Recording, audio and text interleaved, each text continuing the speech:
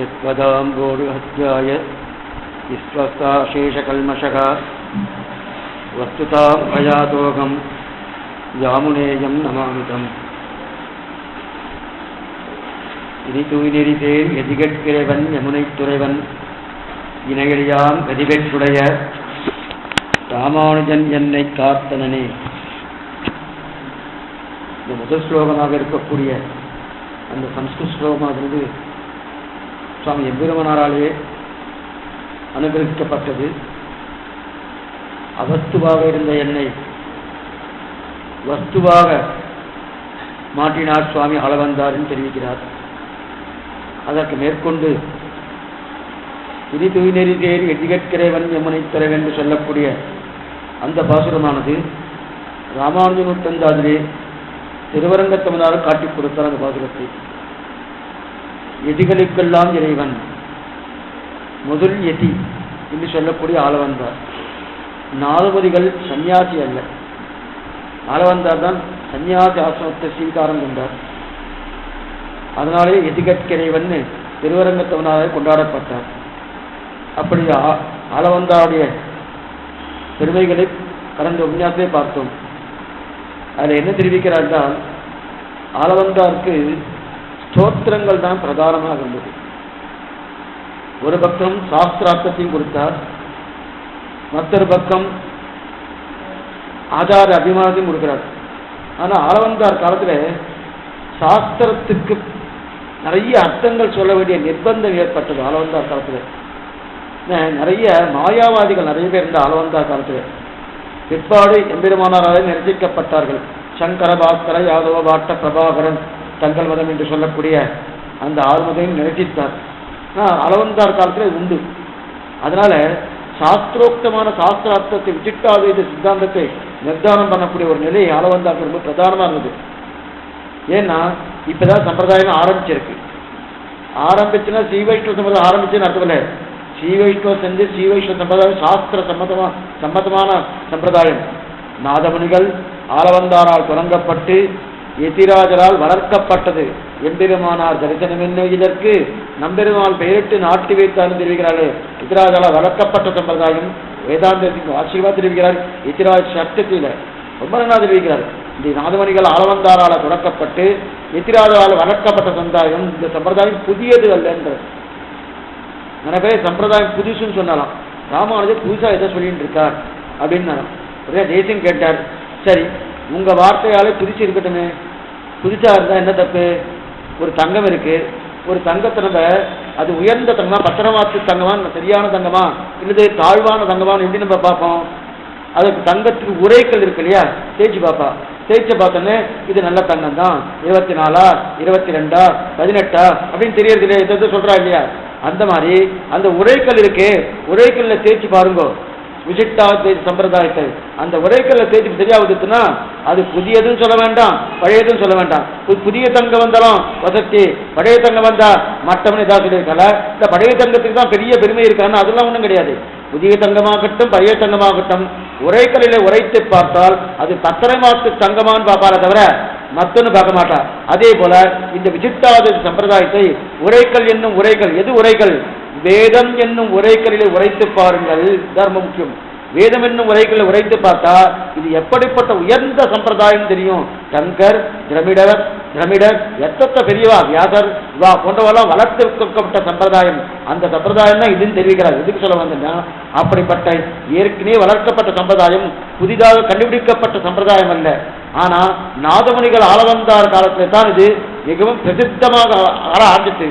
அதற்கு முன்னால் கடைசி அவதாரம் திருவெங்கியாழ்வாருடைய அவதாரம். பின்னாடி சரித்திரத்துக்கு வரும். திருவெங்கியாழ்வாருடைய அவதாரத்தில் அதற்கு பின்னாடி, அதாவது கலியுகம் பிறந்து 42 நாள் நம்மாழ்வாருடைய அவதாரம். அவர் தொடங்கி 500 வருஷத்துக்குள்ள எல்லாருடைய அவதாரம் பூர்த்தி ஆயிடுச்சு.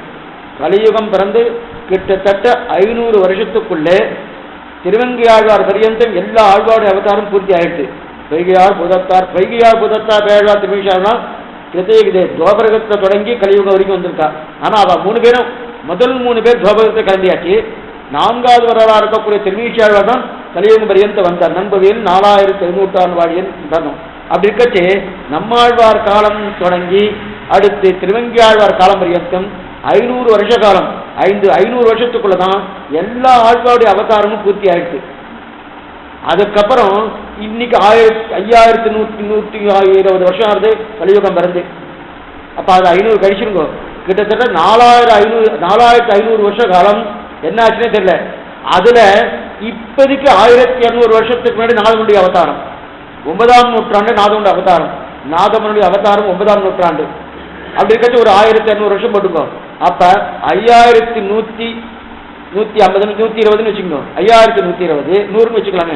5100 வருஷங்கள் கலியுகம் பிறந்து, அதுல 500 வருஷம் ஆழ்வாருடைய வருஷங்கள், ஆழ்வாருடைய அவதாரங்கள் கழிச்சாச்சுன்னா 4500 வருஷம், 4600 வருஷங்கள்.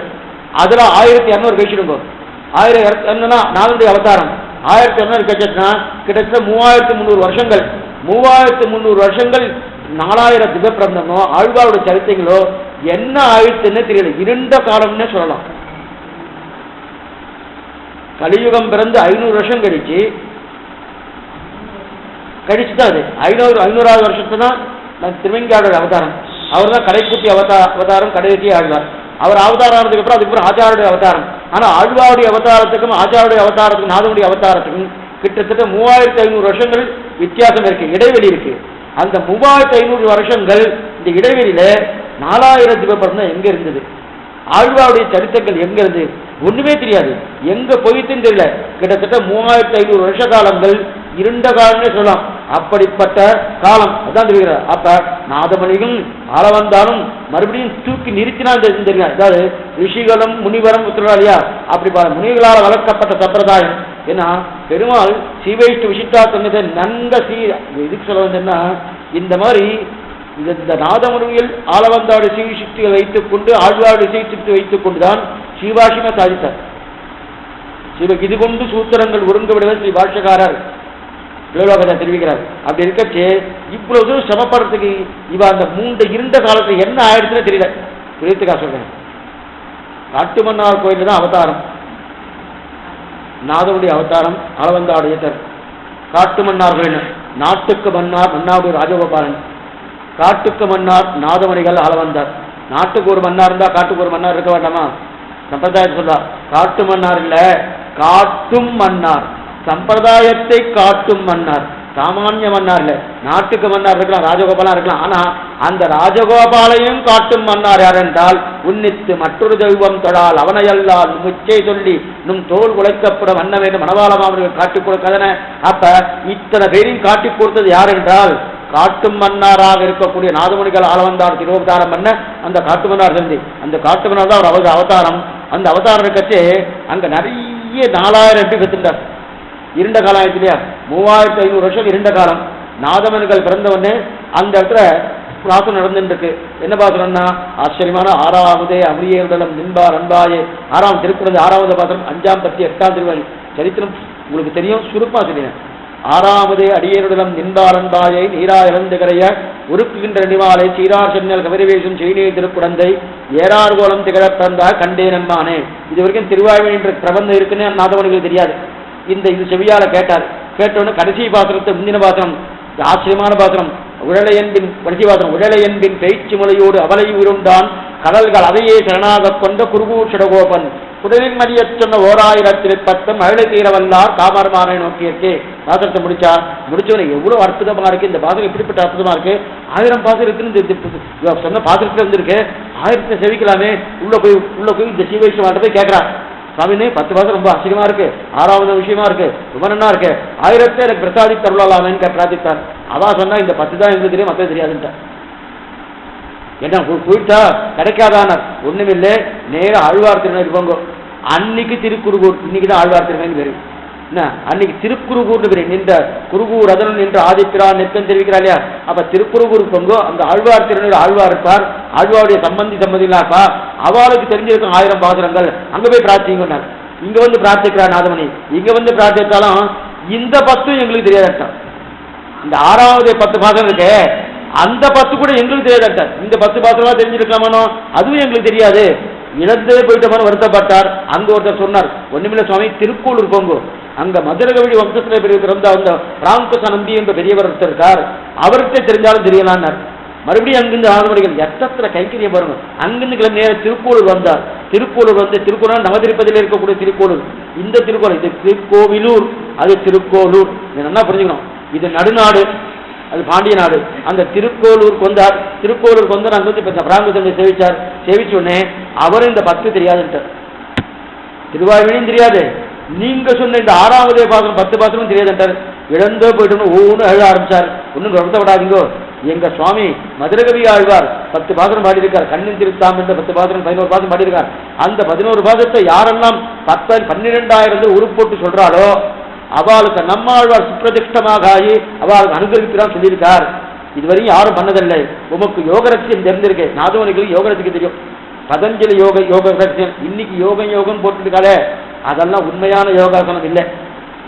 யோகம் என்று சொன்னது நாதமுனிகள் துறை. நாதமுனிகள் தான் திருக்குறுகை பிரான் சரி குறுகை காவல் அப்புறம் சொன்னார். அதர் போயிட்டு அதுக்கப்புறம் நாதமுனிகளுக்கு ஆளவந்தார் கிடைக்கணும். அது கிடைக்க முடியாது. என்னமோ விசித்திர ஈஸ்வர சங்கல்பம். அனந்த பத்மநாபன் தான் மன்னர். யார்? திருவனந்தபுரம்.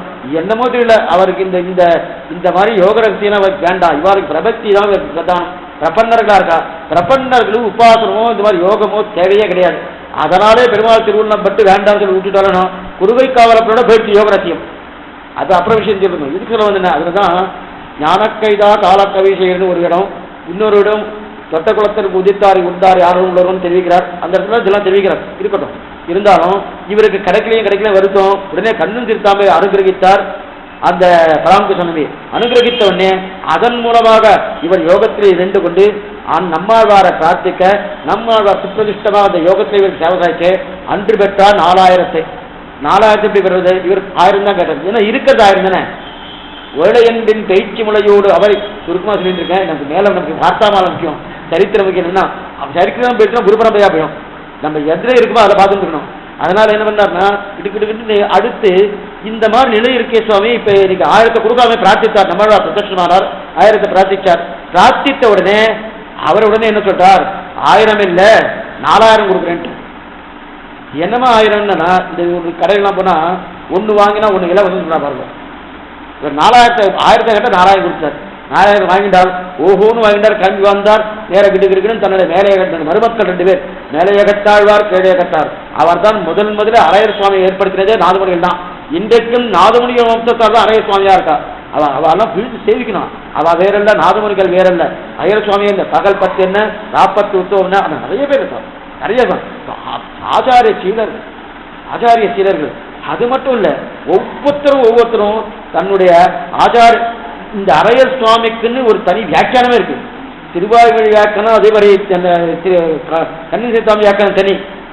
அரையர் சுவாமி அவ செவிக்கிறா இல்லையா, அவ அபிநயம் படிக்கணுமோ அந்த அபிநயத்துக்கு தகுந்தாற் போல வியாக்கியானம் இருக்கு. அந்த வியாக்கியானம் தம்பிரான்படி வியாக்கியானம் இன்னைக்கு பூர்த்தியா கிடைக்கிறது. சிலதெல்லாம் என்னமோ தெரியல, நமக்கு சம்பிரதாயத்தை கிடையாது. இருந்தாலும் இருக்கிறதையா செவிக்கக்கூடிய பாக்கியம் பெற்றிருக்கமே, அது ஒரு விஷயத்துக்கா. தம்பிரான்படி வியாக்கியானம் கணினி திருத்தாம்புக்கு தம்பிரான்படி வியாக்கியானம் உண்டு. கண்ணின் திருத்தாம்புக்கு அந்த வியாக்கியானம் போட்டு அரையர் சமத்தோடு இருக்கக்கூடிய ஒரு இது சொல்ல வந்ததுன்னா முதல்ல ஏற்படுத்தி கொடுத்தவர் அவர் தான் திருவாரூரை பூர்த்தியா 4000 பூர்த்தியா பரப்பினார். முதல்ல ராப்பத்து உத்தவம் ஆரம்பிக்கப்பட்டது நாதமுனிகள் காலத்துல தான். அதற்கு முன்னர் பகல் 10 உத்தவம் ஆரம்பிக்கப்பட்டது ராமனுடைய காலத்துல தான். அதற்கு முன்னர் ராப்பத்து மட்டும்தான் உண்டு. திருவாரூர் மட்டும்தான் உண்டு அனந்தயன காலத்துல. பெரிய திருமொழியெல்லாம் கிடையாது. இந்த பெரியவாமொழி ஆரம்பிச்சது யாரு? திருமங்கியாழ்வார் ஆரம்பிச்சார் ராப்பத்து உத்தவம். பகல் 10 உற்சவத்தை நாதமுனிகள் அது தொடங்கி பகல் 10 40 2 உற்சவம் நடந்துட்டு இருக்கு. இந்த கிரமத்தில் வந்துட்டு கச்சே. ஆனா இவருக்கு என்னன்னா, இவருக்கு நிறைய கிரந்தங்கள் எழுதி பழக்கம். அளவந்தாருக்கு ஒரு அளவந்தார் சித்தித்திரைன்னு ஒரு கிரந்தம் எழுதியிருக்கார். அதே போல ஸ்தோத்திர ரத்னம், அதே போல விராட்டி விஷயமா ஆச்சரியமா சதுஸ்லோகின்னு ஒரு கிரந்தம். காந்தஸ்தே புருஷோத்தமகா பணிபதிஸ்தையா ஆசனம் வாகனம் வேதாத்மா விகேஸ்வரகா யமனிகாமாயா ஜெகன்மோகினி பிரம்மேசா சபரத்வருவதா திதாசீகனகா தீரிச்சேவத பகவதி பவதி ரூபா கதம் தாமயம். ஆச்சரியமான கிரந்தம். 4 ஸ்லோகங்கள் காட்டிய விஷயமா, ரொம்ப ஆச்சரியமான ஸ்லோகங்கள். அதுக்கப்புறம் சித்தித்திரைன்னு வச்சுக்கார். இந்த சித்தித்திரையின் கிரந்தம் தான் எம்பெருமானார் 17 நாட்கள் வாதம் பண்ணினார் இல்லையா. யார்கிட்ட? அருளாள பெருமாள் எம்பெருமாள் யஜ்ஞமூர்த்தி என்று சொல்லக்கூடிய அருளாள பெருமாள் எம்பெருமான்கிட்ட 17 நாட்கள் வாதப்போர் பண்ணார். 17 நாள் சாயங்காலம் தான் தோத்து போயிடுமோன்ற ஒரு நிலைக்கு வந்துட்டார். உடனே முகத்தை தொங்க விட்டு நேராக பெருமாள்கிட்ட வந்து நான் சாப்பிடவே இல்லை, நேர பெருமாள் ஊனு அலறார். நாதமணிகள் ஆளவந்தாரால கட்டுக்காக்கப்பட்ட இந்த சம்பிரதாயமானது என்னாலே இது பாடு பண்ண போகுமோ, நான் தோத்துடுவோனோ, சம்பிரதாயமே போயிடுமோ அப்படின்னு ஊனு அழற அழ ராத்திரி சொப்னத்திலே பகவான் எங்க பார்த்தாலும் தேவப்பெருமாள் தான் வருவார். அதுதான் சம்பிரதாய பெருமாளா தேவைப்படும். அவர் ஓகோன்னு போகம் போகம், எனக்கு எது வேணும் அது வேணும் அது வேணும், யாரும் வேண்டாம், நானே. யாரு? போகத்தில் இருக்கக்கூடிய திருவரங்கநாதன். ஆனா இவர் தியாகேசன், தியாகராஜன்னா இவர் தான், மற்றவாலாம் தியாகராஜனா கிடையாது. தியாகத்துக்குன்னு இருக்க சீனிஜம் நிதிம் அபாரம் அஸ்தினாம் அஸ்திதான பரிதான தீட்சிதம் சர்வபூத சுகிருதம், எல்லாரும் நன்னா இருக்கணும் நினைவு இருக்குதான். சர்வபூத சுகிருதம் தயாநிதம் தேவராஜ மதிராஜமாசின்னு தெரிவிக்கிறார் உரத்தாழ்வார். அப்படிப்பட்ட சீக்கே நிதியாரு அந்த தேவபெருமாள் சொப்னத்துல சொல்லி, ராமானுஜரே ஆளவந்தாவுடைய சித்தித்திரை உமக்கு ஞாபகம் இல்லையோ அப்படின்னு ஞாபகப்படுத்துறாரு. இப்ப அந்த யஜ்ஞமூர்த்தியுடைய வாதத்துல ஜெயிப்பதற்கு எது உறுதுணையா இருந்தது? ஆளவந்தாருடைய காட்டி கொடுத்த சித்தித்திரை என்கிற கண்டம் தான் உறுதுணையா இருந்து மறுநாள் கம்பீரத்தோட போறாரு. எம்பெருமான போறது பார்த்தோன்னே அந்த யஜ்ஞமூர்த்தி என்ன பண்ணானா, நாம் தோற்றோம் இன்னும் வாதமே ஆரம்பிக்கல.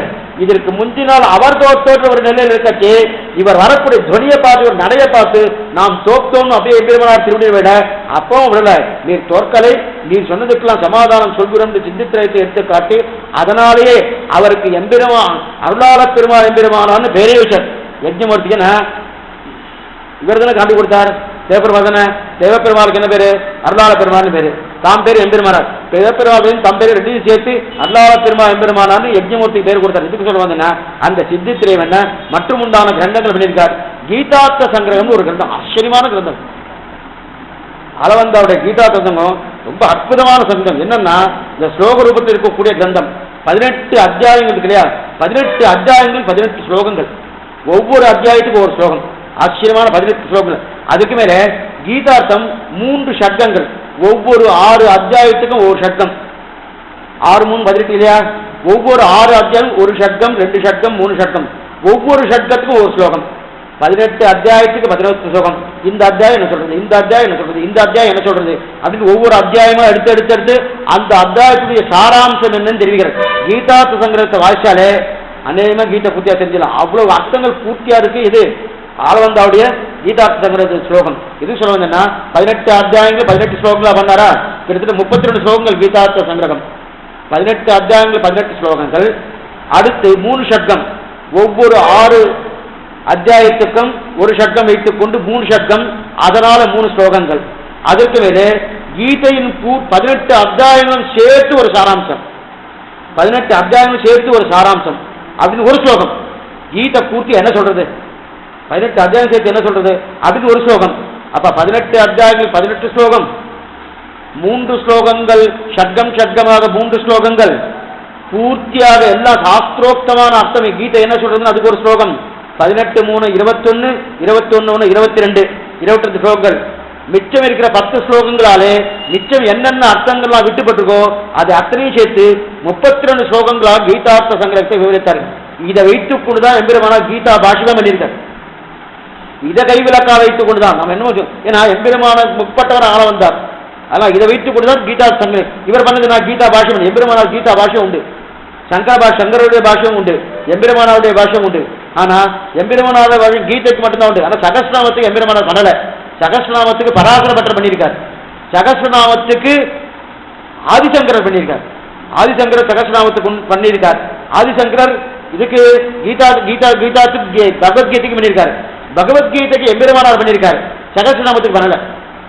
சகஸ்ரநாமத்துக்கு இவர் பண்ண விட்டதை பராசர பட்டர், அதுக்கு பகவத் குண தர்ப்பணம்னு பேரு. எது சொல்ல வந்தேன்னா கீதா சங்கம் 32 ஸ்லோகங்கள் 32 ஸ்லோகம் பிரிச்சு எதுவும் படிச்சாச்சுன்னா கீதை என்னன்னு பூர்த்தியா செஞ்சலாம். அப்படி நிலை இருக்கக்கூடிய நிலை அந்த சுவாமி தேவபாண்ட பிரார்த்திக்க ராமானுஜர் சம்பிரதாயத்துக்கு ஆக்கினார்னு வரும். ராமானுஜர் சம்பிரதாயத்தை ஆக்கி கொடுத்தவரையாருன்னா தேவபாண்ட பிரார்த்திக்கிறார். அதைத்தான் ஆமுதல்வன் இவர் என்று கண்டேற்றிய நாமுதல் வந்து புகுந்து நல்லின் கவின்னு தெரிவிக்கிறார் இல்லையா. சரி சுவாமி, மணக்கால் நம்பி ஆளவந்தார் நாதமுனிகள் இருக்கு இல்லையா, ஏன் நாதமுனிய திருப்பேரனார் தான் ஆளவந்தார். நாதமுனிகள் நேரா இவருக்கு கொடுத்துருக்கலாமே, ஏன் கொடுக்கல? நாதமுனிகள் காலத்துல இவர் நாதமுனி சிறு வயசுல இருக்கச்சே இவர் கிளம்பி வியாச்சு. ஆளவந்தார் சிறு வயசு இருக்கச்சே நாதமுனி திருநாட்டை அலங்கரித்து விட்டார். ஆனா பெயர் சூட்டு விழா நாதமுனி தான் வந்தார். இவர் யமுனைத்துறையிலே, அதாவது வடக்கு பக்க திவ்யதேசத்தில் இந்த ஸ்ரீகண்ணனுக்கு கைங்கரியம் என்று கட்சி, யமுனா நதி கரையில் கன்னிகரம் என்று கட்சி, அதன் ஞாபகார்த்தமாக யமுனைத்துறவன் பேர் வச்சார். பேர் வச்சுட்டு தன்னுடைய கீதாவினுடைய அர்த்தங்கள், சம்பிரதாய அர்த்தங்கள் எல்லாம் உய்யக்கொண்டார், மணக்கால் உய்யக்கொண்டார் கொடுத்தார். நானுடைய சிஷ்யன் உய்யக்கொண்டார் கொடுத்து, என் பேரனார் பெரியவன் ஆனதுக்கப்புறம் இதை கொடுத்துருவோம். நாதமணியை நேரடியாக கொடுத்துருக்கலாம். இந்த இடத்துல சம்பிரதாயத்தை பாருங்க, ஆளவந்தாரை நேரடியாக எம்பெருமானை கொடுக்கல. நாதமணிகளை நேரடியாக ஆளவந்தார் கொடுத்துருக்கலாம். இது என்னமோ தெரியல, பெருமாள் எல்லாம் ரொம்ப விளையாடு இருக்காரு. எங்கெங்கெல்லாம் விளையாடு ஏன் கொடுக்கலன்னா, இவாளுக்கு இன்னும் இன்னும் இன்னும் இன்னும் மேன்மேலும் நிறைய அர்த்தங்கள் கொடுக்கணுன்றதுக்காக தான் அந்த அபிப்பிராயம் தான் பெருமாள் பண்ணியிருக்காரு வச்சுக்கோங்க. கொடுக்காத விட உய்யக்கொண்டாட்ட கொடுத்தார். நீர் பார்த்து என் பேரனாருக்கு தக்க வயசு வந்த உடனே கொடுத்துரு இந்த அர்த்தத்தெல்லாம் கொண்டார். அவரும் பார்த்துட்டார். இன்னும் தக்க வயசு ஏற்படல, அதுக்குண்டான ஒரு பருவம் வரல. இவருக்கும் காலமாயிடுச்சு. இவரும் திருநாட்டை அலங்கரித்தார். அவர் அடுத்து மணக்காலம் கொடுத்தார். மணக்காலம் தான் சமப்பட்டு ஆளவந்தார் திருத்தினார். அது என்ன, எத்தனையோ கீரை எல்லாம் கொடுத்து, என்னென்ன கீரை கொடுத்து எல்லாம் கொடுத்து திருத்தினார். திருத்தி இவர் பூர்த்தியா எல்லாத்தையும் கீதா விஷயத்தை பூர்த்தியா கொடுத்தார். இந்த கீதை விஷயத்தை கேட்ட உடனே இந்த கீதையில சொல்லப்பட்ட இந்த பெருமாள் எங்க இருக்கார்? உடனே ஆளவந்தார் அவருக்கு பெயரே கிடையாது. ஆளவந்தார் பட்ட பெயர். அவர் உண்மையான பேர் என்ன, யமுனைத்துறவர் தான் முதல் பேர். யாமுனாச்சாரியர் தான் அவருடைய பேர். அந்த ஆளவந்தார் பட்ட பேர் பின்னாடி கொடுக்கப்பட்டது. அந்த ஆளவந்தார் ஐஷண்டி வனக்காலமை பிரார்த்திக்கிறார். இப்படிப்பட்ட கீதையை கொடுத்த பெருமாள் நான் சேவிக்கணும்னா தன்னுடைய கையை பிடிச்சிட்டால் விடுவிடுன்னு நேராக அங்கிருந்து கிளம்பி சோழ திவ்யதேசமான அந்த திருவரங்க திருப்பதிக்கு வந்து பெருமாளோட டெக்க வைத்து அவனுக்கு எப்படி காட்டு கொடுக்க வேண்டிய சேவித்தார். அன்னிலிருந்து அங்க திருவரங்கத்திலேயே இருந்து நித்தியவாதம் பண்ணிக்கொண்டு திருவரங்க கைங்கரியம் பண்ணி கொண்டுதான் சம்பிரதாயம். சம்பிரதாயத்துக்கு ஜெகதாச்சாரர் ஆக்கி கொடுத்த பெருமை யாருக்குன்னா ஆளவந்தாருக்கே இருக்கக்கூடிய பெருமை. அப்படிப்பட்ட ஆளவந்தார் நேராக ராமானுஜ உபதேசம் பண்ணல. ஏன் பண்ணக்கூடியனா, காஞ்சி தேவ பெருமாள் நீங்க போய் சேவிச்சிருக்கேன். முன்னாடி போனோன்னு துவஜஸ்தம்பத்துக்கு அடுத்து கண்ணாடி அறை தான் பெருமாள்லாம் உற்சவ காலத்தில் அங்கதான் எழுவார். காத்தால போய் திரும்புவாள் வந்தாச்சுன்னா இந்த கண்ணாடி அறை எழுவார். அங்கிருந்து மட்டுமே சாயங்காலம் பரபாடிகள் எழுவார். அந்த ஆச்சரியமா இருக்கும். அந்த கண்ணாடி அறைக்கு இடது பக்கம் போனேன்னா பிரதட்சணம் வரும். அந்த பிரதட்சணம் தான் கரியமாணிக்க பெருமாள் சன்னதி இருக்கு. அந்த கரியமாணிக்க பெருமாள் சன்னதி வழியாக தான் ஆளவந்தார் நித்திய பெருமாள் சேவிக்க போயிட்டு. ஒரு நாள் போயிட்டு இருக்கச்சு, கரியமாணிக்க போயிட்டு இருக்கச்சு, ராமானுஜர் தன்னுடைய கோஷ்டியா போயிட்டு இருக்கார். எந்த கோஷ்டி? ராமானுஜ கோஷ்டி இல்ல, யாதவ பிரகாஷ் என்ற பெரியவர். அந்த யாதவ பிரகாஷ் என்ற பெரியவருடைய கோஷ்டியை போயிட்டு இருக்கார்.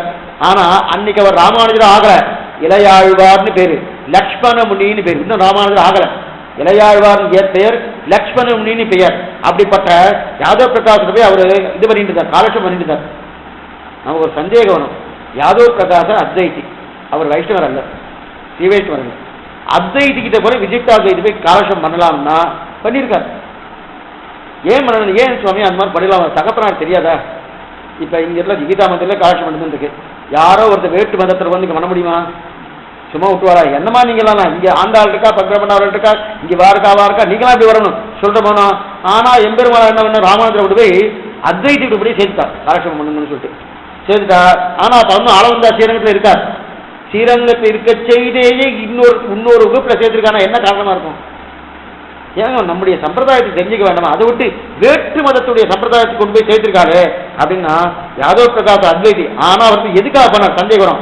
பகவன் நியமனத்தாலும் பகவத் சங்கல்பத்தாலும் பூர்வபக்ஷி பூர்த்தியா தெரிஞ்சுக்கணும். அதான் ரொம்ப முக்கியம்.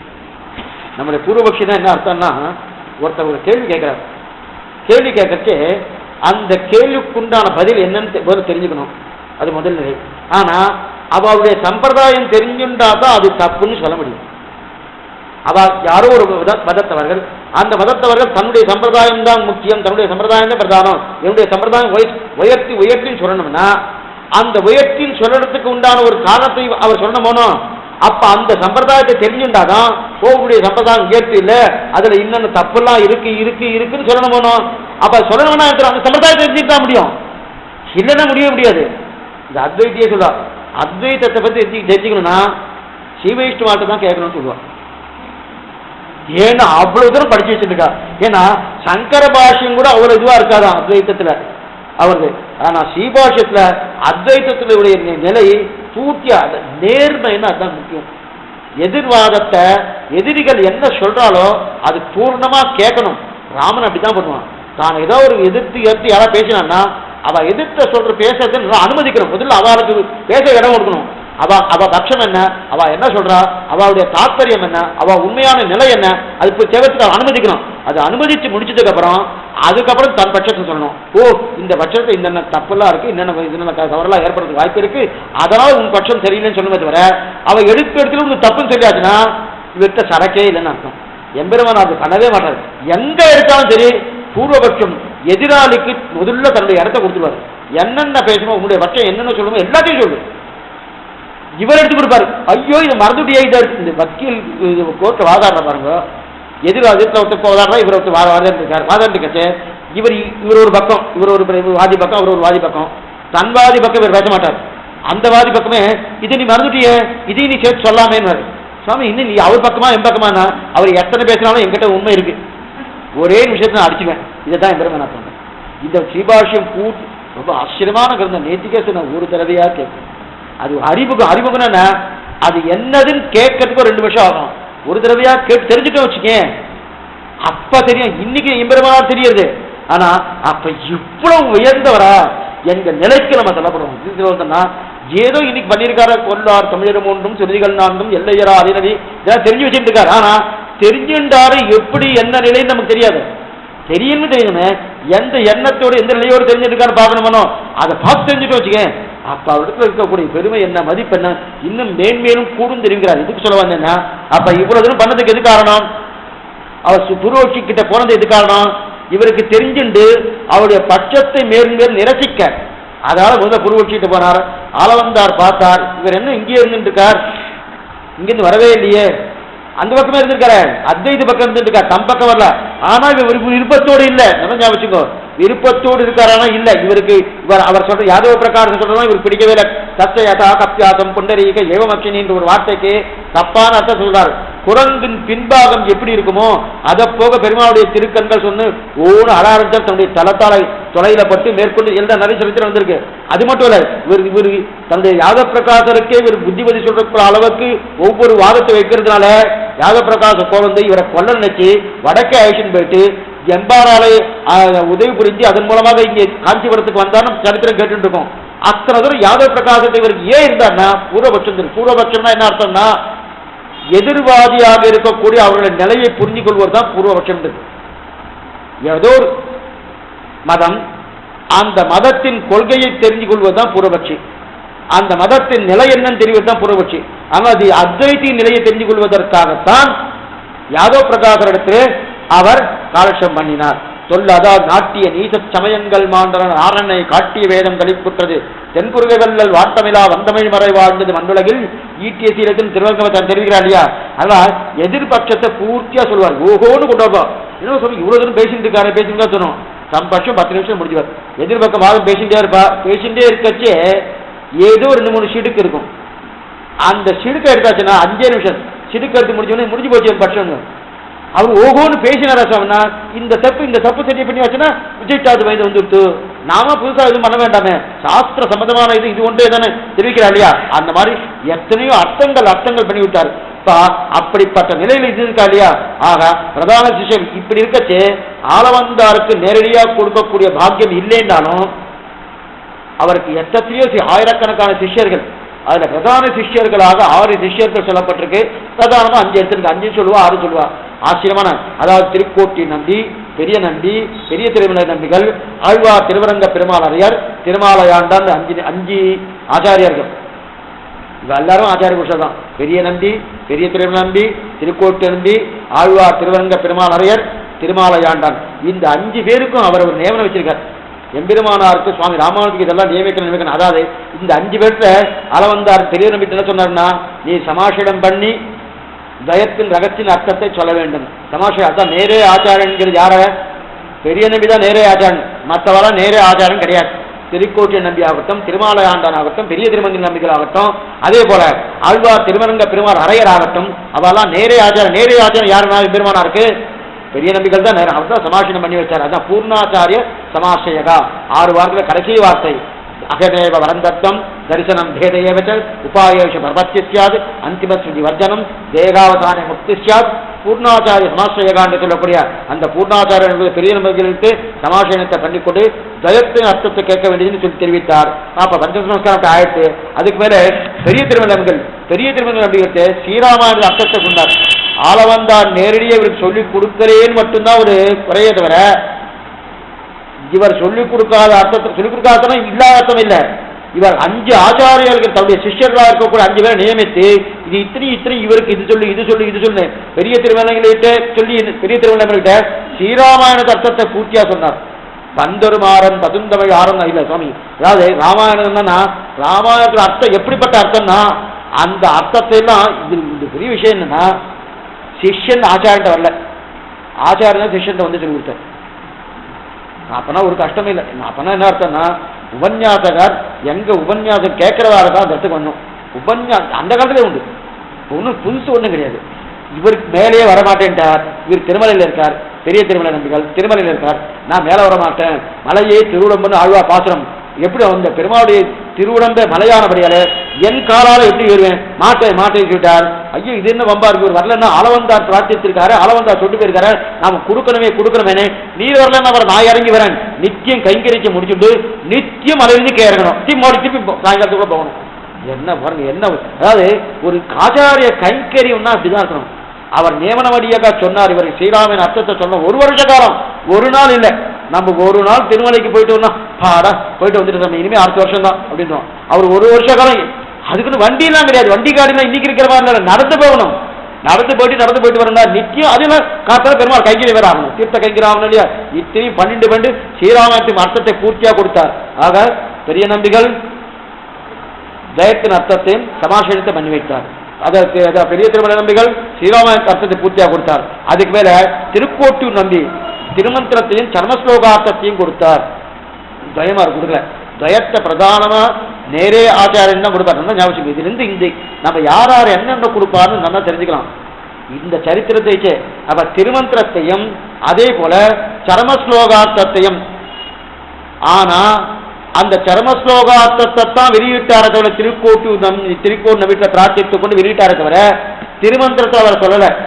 எங்க மாலை அந்த கோபுரத்தின் மேல் ஏறி இவர் ஏதோ வெளியிட்டார், திருமந்திரத்தை வெளியிட்டார் சொல்ல முதல்ல கோபுரத்துல ஏறல. இது குரு பரம்பரையில கிடையாது, கோபுரத்தில் ஏறின மாதிரி குரு பரம்பரை கிடையாது.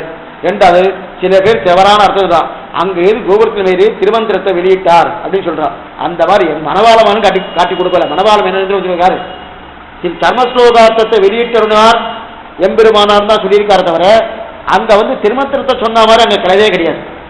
எதுக்கு சொல்ல வந்தேன்னா, திருமந்திரத்தையும் சர்மஸ்லோகத்தையும் 2 கொடுத்தாலும் பிரதிஜை வேண்டாம், யாருக்கும் சொல்லாதானே. திருமந்திரத்தை வர சொல்லல, ஏன்னா திருமந்திரத்தை உதவிக்கிறது நேரே ஆச்சாரம் உபதேசிக்க கடவானே தவிர மற்ற ஆச்சாரனுக்கு அந்த யோகிதை கிடையாது.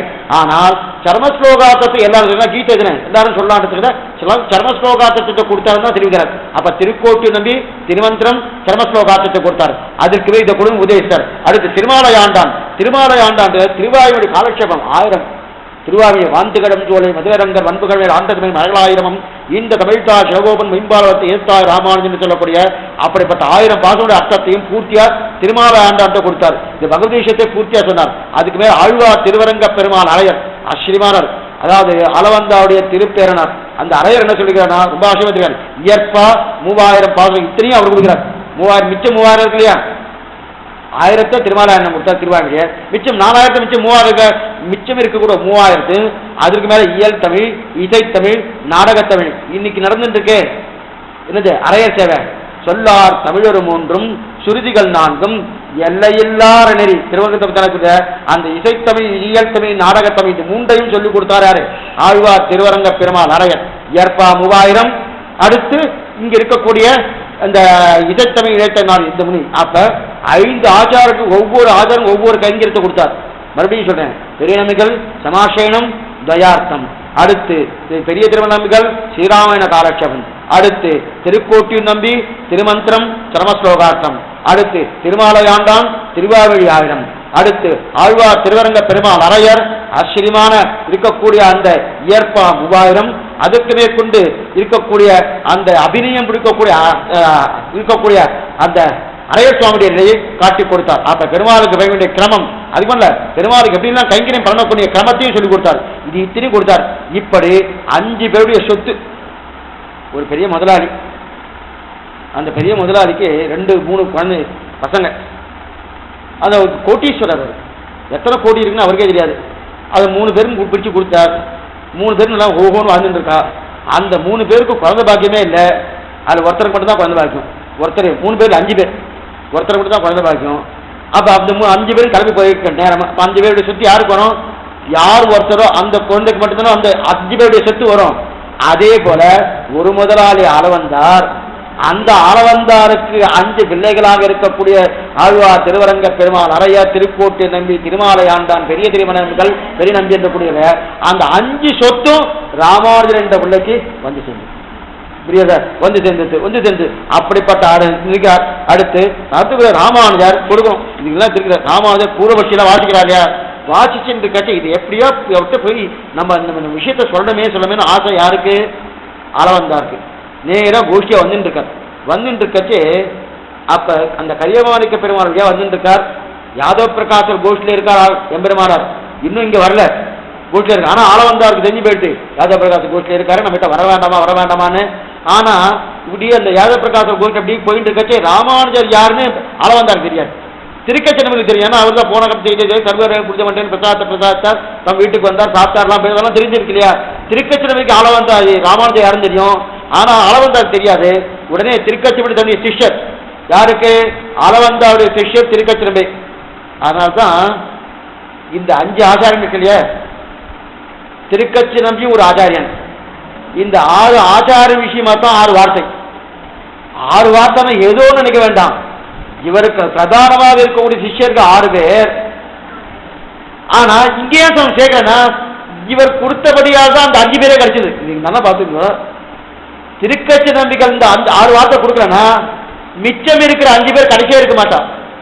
ஏன்னா தேவபெருமான் சொன்னார், பூர்ணாசாரிய சமாசயகான்னு சொன்னதுக்கு அப்புறம் தான் பெரிய நம்பிக்கையுடைய சமாசனமே ஆச்சு. பெரிய நம்பி சமாசனம் ஆனதுக்கு அப்புறம் தான் மற்ற ஆச்சாரம் கிடைச்சான். அப்ப பெரிய நம்பி கிடைப்பதற்கு யார் காரணமா இருந்தா? திருக்கச்சிரம்பி. திருக்கச்சிரம்பி கிடைக்கிறதுக்கு யார் காரணமா இருந்தா? தேவபெருமான் காரணமா இருந்தா. அப்ப இது 6 விஷயம், இந்த 6 ஆச்சார விஷயமா தான் 6 வார்த்தை. ஏன் 10 வார்த்தை சொல்லிக்கூடாதா? இதே எம்பாவுடைய 10 வார்த்தை வரும். இந்த பாருங்க, அந்த புத்தகத்திலே எம்பாருடைய 10 வார்த்தைகள் இந்த புத்தகத்தில் இந்த வார்த்தமால புத்தகத்திலே இருக்கு. அது மாதிரி இவரும் 10 சொல்லலாமா, 8 சொல்லலாமா, 7 சொல்லலாமா, என்ன வேணா சொல்லாமே.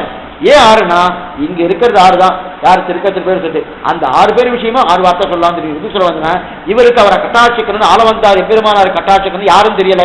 உடனே திருக்கச்சில பிரார்த்திக்கிறார், யார் அளவந்தார், யார் எம்பெருமானார், யார் எம்பெருமானார்னு அளவந்தார் திருக்கச்சில கேட்கிறார். அப்ப அந்த கோஷ்டில் போயிட்டு இருக்கா, யாதவ பிரகாஷ் கோஷ்டி போயிட்டு இருக்கு, பெருமாள் சேவிக்கிறதுக்காக போயிட்டு இருக்கச்சு அது நெடு இருக்கா பாருங்க. நன்னா நெடுன்னு நீண்டு சிவந்த திருக்கோலத்தோடு முதுகு விருந்து இடை சிரித்திருக்கக்கூடிய திருக்கோலத்தோடு, அது மட்டும் இல்ல அருள்குடி கூட தீட்சண பார்வையோட அந்த பார்வை பார்க்கத்தானே போறோம். அங்க நிரண்டும் கொண்டு எங்கள் மேல் நோக்குதியேன், எங்கள் மேல் சாப்பிடுவது அந்த எம்பெருமானுடைய திருப்பார் ஒரு கண் அழகு ஒரு நோக்கு தான் வரும். அந்த நோக்கு பட்டாலே போறோம். அவரை ஒண்ணும் பண்ண வேண்டாம், அவர் திருநோக்கு. இது உயர்த்துக்காக சொல்றேன். ராமானுஜர் வியாக்கியானத்துல திருலோகம் வியாக்கியானம் பண்ணிருக்கார். ரெண்டு கட்டு எம்பெருமானார் கையை கூப்பிட்டு இருக்கார்.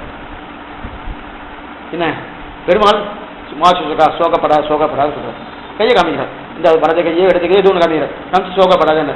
இப்ப எம்பெருமானார் சரி, எம்பெருமானார் சரி, பெருமாள் வச்சுக்கணும். பெருமாள் மாசுசகா சோகப்படாதுன்னு அவனை கட்டாட்சிக்கிறேன், என் திருடியை பத்தி கட்டாட்சிக்கிறேன், கை இப்படி பார்த்து அபயஸ்தன்னு பேரு. இந்த அபயஸ்தன் காமிக்கிறாரு.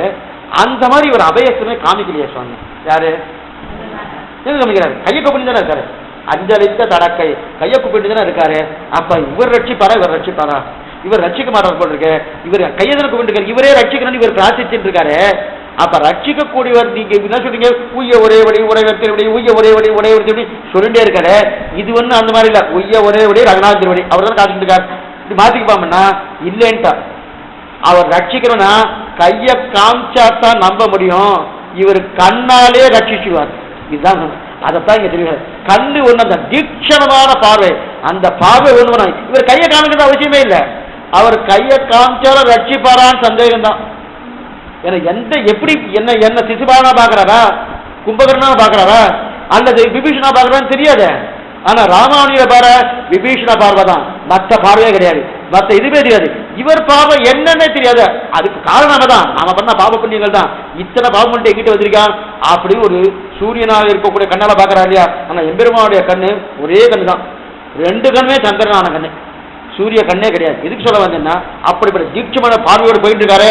அவர் தான் இளையாழ்வார் இந்த காட்டி கொடுக்க, அந்த இளையாழ்வாரை கட்டாட்சிக்கிற ஆச்சரியமா கிடையாது.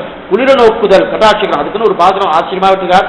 6000 குரு பரம்பரைகளே ஆமுதல்வன் இவன் என்று தந்தேற்றி என் திருவாயூர் ஆமுதல்வன் இவன் என்று தந்தேற்றி என் நாமுதல் வந்து புகுந்து நல்லின் கவி தூமுதலப்பனை தான் தன்னை சொல்ல வாய்முதலப்பனை என்று நற்பனை சம்பிரதாயத்துக்கு முதல்வனாக இருக்கட்டும்னு தந்தேற்றி நம்மாழ்வார அங்கீகாரம் பண்ணாச்சால பகவான். அதை நீங்க தெரிவிக்கிறார். நம்மாழ்வார அங்கீகாரம் பண்ண முதல்வன். நேற்று வரை எனக்கு எப்படி இருந்தேனே தெரியாது, இன்னைக்கு இவனே முதல்வன், முதல்வன் இவன் என்று தந்தேற்றின்னு தெரிவிக்கிறாள் இல்லையா. அப்படிப்பட்ட திருவாக்களை என்னை பாடி வச்சா இல்லையா. ஆழ்வாள் என் நாவினில் வந்து புகுந்து நல்லின் கவி, என் நாக்குள்ள வந்து இவன் முதல்வனாகட்டும் இவனாகட்டும் அப்படின்னு ஆழ்வாரை கட்டாட்சித்தானா பெறுவார். முதல்வன் இவன் என்று இதை மாத்தணும், எடுத்தணும். முதல்வனாம் இவனே முதல்வனாம். இன்னொரு முதல்வன் எடுத்துட்டு மாதிரி இந்த பக்கம் போடுங்க. நம்ம பூர்வாச்சாரி வியாக்கியான கட்டத்தையே ஒரு தனி கத்தி. ஏன் சுவாமியா இவன் முதல்வனாகட்டும் பார்க்க மாட்டேங்கான் இல்லையா, ஏன் முதல்வன் சொல்றாரு. ஏன்னா திருப்பினா தான் அது அர்த்தமா வரும். முதல்வன் இவன் என்று தந்தேற்றிய நாமுதல் வந்து இவன் முதல்வன் ஆகட்டும்னு பெருமாள் கட்டாட்சித்தார். இந்த பெருமாள் கட்டாட்சம் ஆளவந்தார கட்டாட்சிக்கிறார். முதல்வன் இவர் கட்டாட்சிக்கிறார். பெருமாள் கட்டாட்சமாக ஒரு சுமாராக தான் இருக்கும். ஆனா இவர் கட்டாட்சம் பரிபூர்ணமா இருக்கும். ஆனா இது எங்க தெரிஞ்சுக்கலான்னா, திரிலோகாச்சாரியர் அகில மணவாள பெருமாள் நாயனார் வடக்கே திருவேதி பிள்ளைக்கு 2 திருக்குமாரர்கள். அந்த 2 திருக்குமாரர்களும் ஒன்று ஆச்சாரிய கட்டாட்சத்தால் பிறந்தது, மற்றொன்று நம்பெருமாவுடைய கட்டாட்சத்தால் பிறந்தது. அதனால என்ன ஆயிடுச்சுன்னா, நம்பில்லைக்கு கட்டாட்சம், அந்த கட்டாட்சத்தால் பிறந்ததுதான் இல்லை லோகாச்சாரியர். அதனால பரிபூர்ணமான அனுகிரகம் இருக்கும். அந்த ஸ்ரீசூத்திரம் ஒரு மண்ணா புரியும். குழந்தை பிறந்த உடனே பெருமாள் முடிச்சிட்டார். இது என்ன ஆச்சாரிய கட்டாட்சம் ஒரு குழந்தை பிறந்து என் கட்டாட்சம் பிறக்க வேண்டாமா அப்படின்னு நம்பெருமாள் கட்டாட்சம் வேண்டார். 2வது குழந்தை பிறந்துட்டு.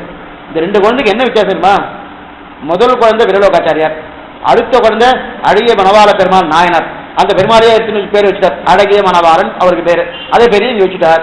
இவருக்கு என்ன பேர் வச்சார்? தன் ஆச்சாரிய பேர் வச்சுட்டார். பாருங்க என்ன பாருங்க, ஆச்சாரியன் யாரு? பின்னை உலகாரியர் என்னும் பேர் நம்பில்லை கோங்கின்னு மணவாளமணிக்கு உபதேசமாச்சிக்காரு. முதல் உலகாசிரியர் என்ற பேர் நம்பில்லைக்கு தான். அந்த நம்பில்லையுடைய பிள்ளைன்னு உலகாச்சாரியன் பிள்ளைன்னு தான் முதல் பேரே இருக்கு. அது மறுபடியும் பின்னலோகாச்சாரியன் ஆயிடுச்சு. முதல் பேர் என்னன்னா உலகாச்சாரியன் பிள்ளைன்னு தான் பேர் இருக்கு. வடக்கு திருவிழா அப்படிதான் பேர் வச்சாரு. மறுபடியும் பின்னலோகாச்சாரியன் ஆயிடுச்சு. இப்ப இந்த ஆயிடுச்சு இல்லையா, 2 பேருடைய கிரந்தத்தை பார்க்கணும். ஆச்சாரியன் கடாட்சத்தால பிறந்த குழந்தை பின்னலோகாச்சாரியர், அவர் கிரந்தத்தை பார்க்கணும். அழகிய மணவாள பெருமாள் நாயனார், நம்பெருமாவுடைய கடாட்சத்தில் பிறந்த குழந்தை அழகிய மணவாள நாயர், அவர் கிரந்தத்தை பார்க்கணும். இவர் கிரந்தத்துடைய பார்க்கச்சு இந்த கிரந்தம் நன்னா படிக்கலாம், ஓரளவு சுமார அர்த்தம் புரியும், ரொம்ப புரியாது, சுமாரா புரியும், உண்மையாக சப்தம்னா கேட்டுக்கலாம். அந்த கிரந்தம் இருக்கே அழகிய பெருமாள் நாயனார், சப்தமே தெரியாது. என்னடா ஆச்சாரியன் அப்படின்ட்டார். கட்டாட்சம் ஆச்சாரியன் கட்டாட்சம் புரியுறது, பெருமாள் கட்டாட்சம் ஒண்ணுமே புரியல. என்ன சுவாமினா கீதை புரிஞ்சாதுன்னு இது புரியறதுக்கு, கீதையை புரியல, எங்கிருந்து புரிய வருது? இப்ப ஆழ்வாரை முதல்ல நம்மாழ்வாரை கட்டாட்சித்தார் முதல்வன். அந்த கட்டாட்சம் படிச்சுட்டானா அவர் தான் படிச்சது, அவர் தான் முதல்வனா சுவாமி நம்மாழ்வார்னா. ஆமா, ஆத்யஸ்தன குலபதேர் வகுலாபிராம் மாதா பிதா யுவதயகா தனயா விபூதிகி சர்வம் யதேவ நியமேன மதன்மயானாம் ஆத்யஸ்தன குலபதேர் வகுலாபிராமம் ஸ்ரீமத் சதங்கிரீகுலம் பிரணமாயி மூர்த்தான்னு அப்படிப்பட்ட கட்டாட்சம் பண்ணார் இல்லையா. இவர் தான் பிரபன்ன குலத்துக்கே தலைவர். பிராமண குலம், சத்திரிய குலம், வைசிய குலம், சூத்திர குலம் இல்ல, பிரபன்ன குலம் இருந்தது உயர்ந்த குலம். அப்படிப்பட்ட உயர்ந்த குலத்துக்கு தலைவர் இவர். அதனால கட்டாட்சி முதல்வன். இப்ப அளவந்தார கட்டாட்சிக்கிறார். முதல்வன் இவன் என்று தன் தேற்றி என் நாமுதல் வந்து புகுந்து கட்டாட்சிக்கிறார். கட்டாட்சித்த கூட இவருக்கு இன்னும் மனசு ஆறல். நேர பெருமாள்கிட்ட போனார், போய் நின்று பிரார்த்திக்கிறார். எப்பவோ சரணாகதி பண்ணு, இவெல்லாம் சரணாகதி மற்ற எதுக்கு பண்ணமாட்டான். சரணாகதி எல்லா பலத்தையும் கொடுக்கும், எந்த பலத்தையும் வேணா கொடுக்கும். வஸ்திரத்தை கொடுக்கும், கைங்கரியத்தை கொடுக்கும். திரௌபதியுடைய சரணாகதி வஸ்திரத்தை கொடுத்துட்டு, அதே போல உத்தவ அதாவது அர்ஜுனனுடைய பாரியா அவருடைய பிள்ளைய கொடுத்தது. அடுத்து இவர் இருக்காங்க விபீஷனுடைய சரணாகதி கைங்கரியத்தை கொடுத்தது. எந்த பலத்தை வேணா சரணாகதி கொடுக்கும். ஆனா இவர் சரணாகதி நம்முடைய சிவேஸ்வரத்தை சரணாகதிக்கு மோட்சத்தை ஒன்று கேட்க மாட்டா. அளவந்தா மறுபடியும் சரணாகதி ஏற்கனவே சரணாகதி பண்ணியாச்சு. சரணாகதி பண்ணி பிரார்த்தித்தார், நீ மோட்சம் கொடுக்குறேன்னு அன்னைக்கே சொல்லிட்டு எனக்கு பூர்ணமான நம்பிக்கை, இப்போ ஒரு சரணாகதி பண்றேன்.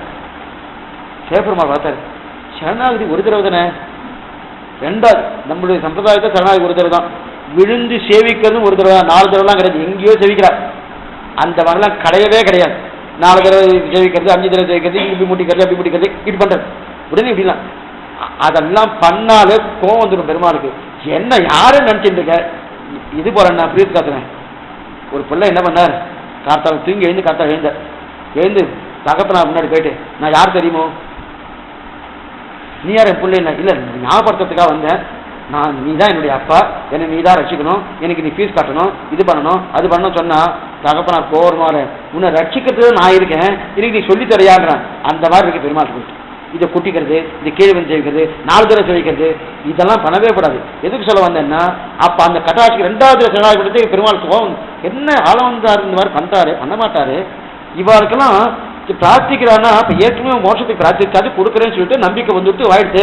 ஒருவேளை சொத்து சுகம் ஏதாவது கேட்கிறாரா, நிறைய பங்களா கேட்கிறாரா, இதை கேட்கிறாரா அப்படின்னு சந்தேகம் அவர் மனதில் நினைச்சிட்டு இருக்காரு. அப்ப பிரார்த்திக்கிறார், நாம் அதை கேட்க வரலை, முதல்வன் இவன் என்று தன் கேட்டு இந்த ராமானுஜரை ஆக்க வேண்டும், இவர் மூர்த்தா வித்திரிஷ்டராக வர வேண்டும், இவர் தான் சம்பிரதாயத்துக்கு வித்திரிஷ்டராகணும், உயவரே வழி உடையவர் திருவிரி என்கிற நிலைக்கு இவரை நீர்தான் கொண்டு வர வேண்டும் என்று பிரார்த்திக்க, ஆம் நாம் கடாட்சித்தோம் சீனிதம் இது அபார மத்தினாம் அத்திதான பரிதான தீட்சிதம் சர்வபூத சுகிருதம் தயா.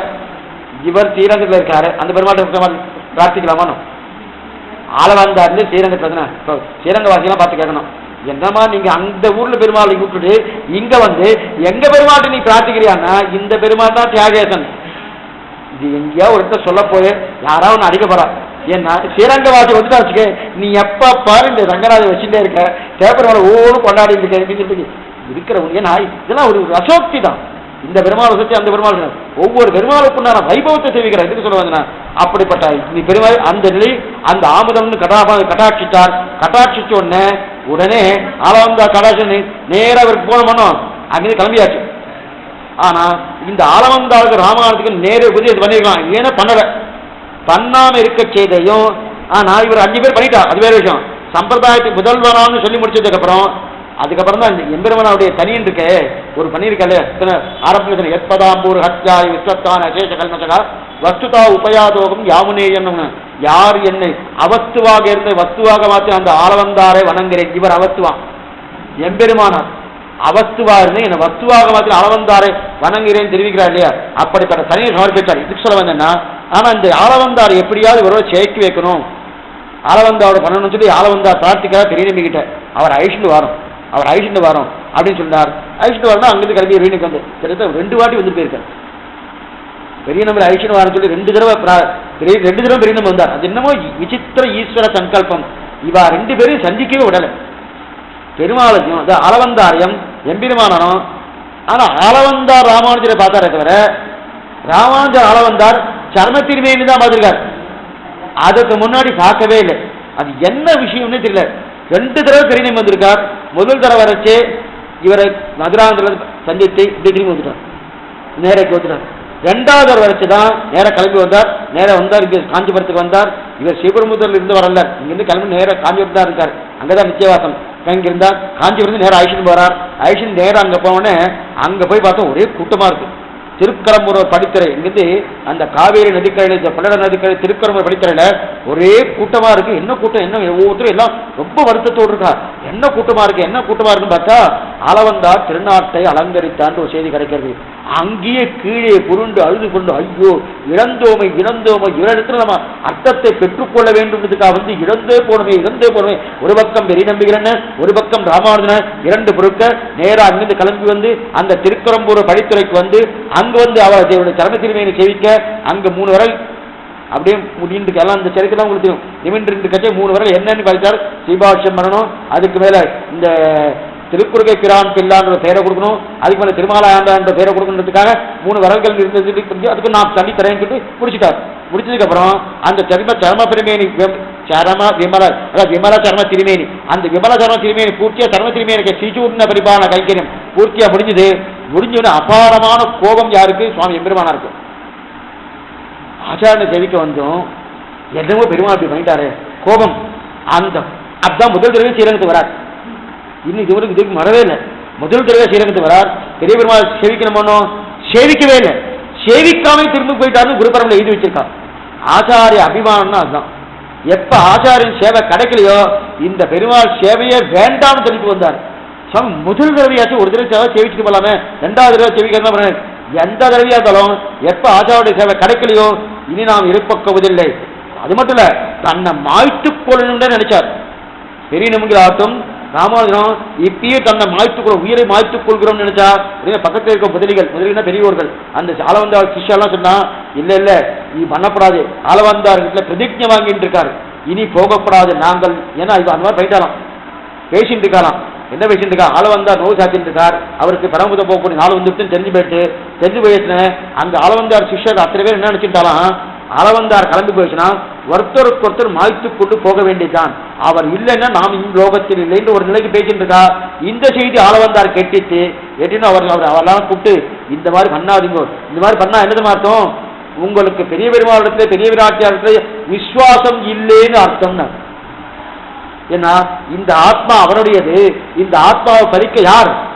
அப்ப அவனுக்கு விசுவாசம் இருந்தா இது அவன் சொத்தாச்சு, அவன் சொந்தை பறிக்க நாம் யாருன்ற என்ன ஏற்பட இல்லையா? அந்த விசுவாசம் இல்லாம ஒன்றவாள் தான் பண்ணுவா. அதனால இந்த காரியம் பண்ணாதுன்னு பிரதிஜை வாங்கிட்டு இருக்கார். அதனால நீரும் பண்ணாது எம்பெருமான இடத்துலையும் அதே போல பெரியவங்களுக்கு பார்த்து சொல்ல மேற்கொண்டு அவர்கள் அங்கிருந்து கிளம்பி இனி நாம் பெருமாளை சேவிக்க போவதில்லை கிளம்பி வந்துட்டார். இந்த ஈஸ்வர சங்கல்பம் நான் சேவிக்கவே இல்லை.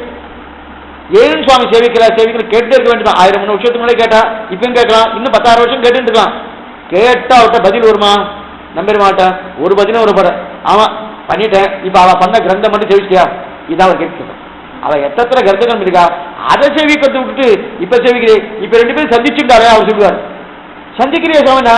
சீவை கூட்டு சந்திச்சுட்டு தான் இருக்கா, அங்க பூச்சியை ஜெயிச்சுட்டு இருக்கா, நீர் அங்க போறீங்கன்னா அங்க போய் சேவிக்கலாமே. இப்பயே அதை பத்திக்கலாம். ஆனா அவ பண்ண கிரந்தங்கள் இங்க இருக்க, அந்த கிரந்தத்தை பூர்ணமா அனுபவிக்கலாமே தெரிவிக்கிறா இல்லையா? அப்ப நிச்சயமா சந்தித்து கொண்டு தான் இருக்கிற திருவள்ளுவர். அப்படிப்பட்ட கைங்கரியத்துக்காக ஆச்சாரிய சேவையை வேண்டாம் எழுதி போயிடல, இந்த பகவத் சேவை நமக்கு வேண்டாம் எழுதி போயிட்டா இல்லையா? அதைத்தான் அப்படிப்பட்ட ஆளவந்தார் இப்படி ஆளவந்தாருக்கும் ராமானுஜருக்கும் இருக்கக்கூடிய தொடர்பு, அந்த தொடர்புக்கு சம்பிரதாயத்தில் மிகச்சிறந்த ஆச்சாரியன்னு சொல்லப்படுகிறார் ஆளவந்தார். ஏன்னா அவர் தான் சம்பிரதாயத்தை முதல்ல கொண்டு ஸ்தாபனம் பண்ணார். ஆத்மனுக்கு பண்ணியாச்சு, பண்ணதுமே நிர்தானம் ஒரு உறுதி பண்ணணும் இல்லையா? அந்த உறுதி பண்ணது ஆழ்ந்தார். அந்த ஆளவந்தார் பண்ணது தான் மேற்கொண்டு விஸ்தாரணம் பண்ணினார் பெருமாள். அதைத்தான் விசாரணம். அப்படிப்பட்ட ஆளவந்தார் ஸ்ரீசுக்தியாக நிறைய கிரந்தங்கள், நிறைய ஸ்ரீசுக்திகள், அவர் சொல்லப்பட்ட வார்த்தைகள் நிறைய எடுத்திருக்கார். அதுல சிலது நம்ம அனுபவிக்க போறோம். அதுல முதல் வார்த்தையாக இருக்கக்கூடியது 36வது வார்த்தை. இந்த வார்த்தையும் நிறைய பேருடைய 36வது வார்த்தை வார்த்தாமாலையில் 30.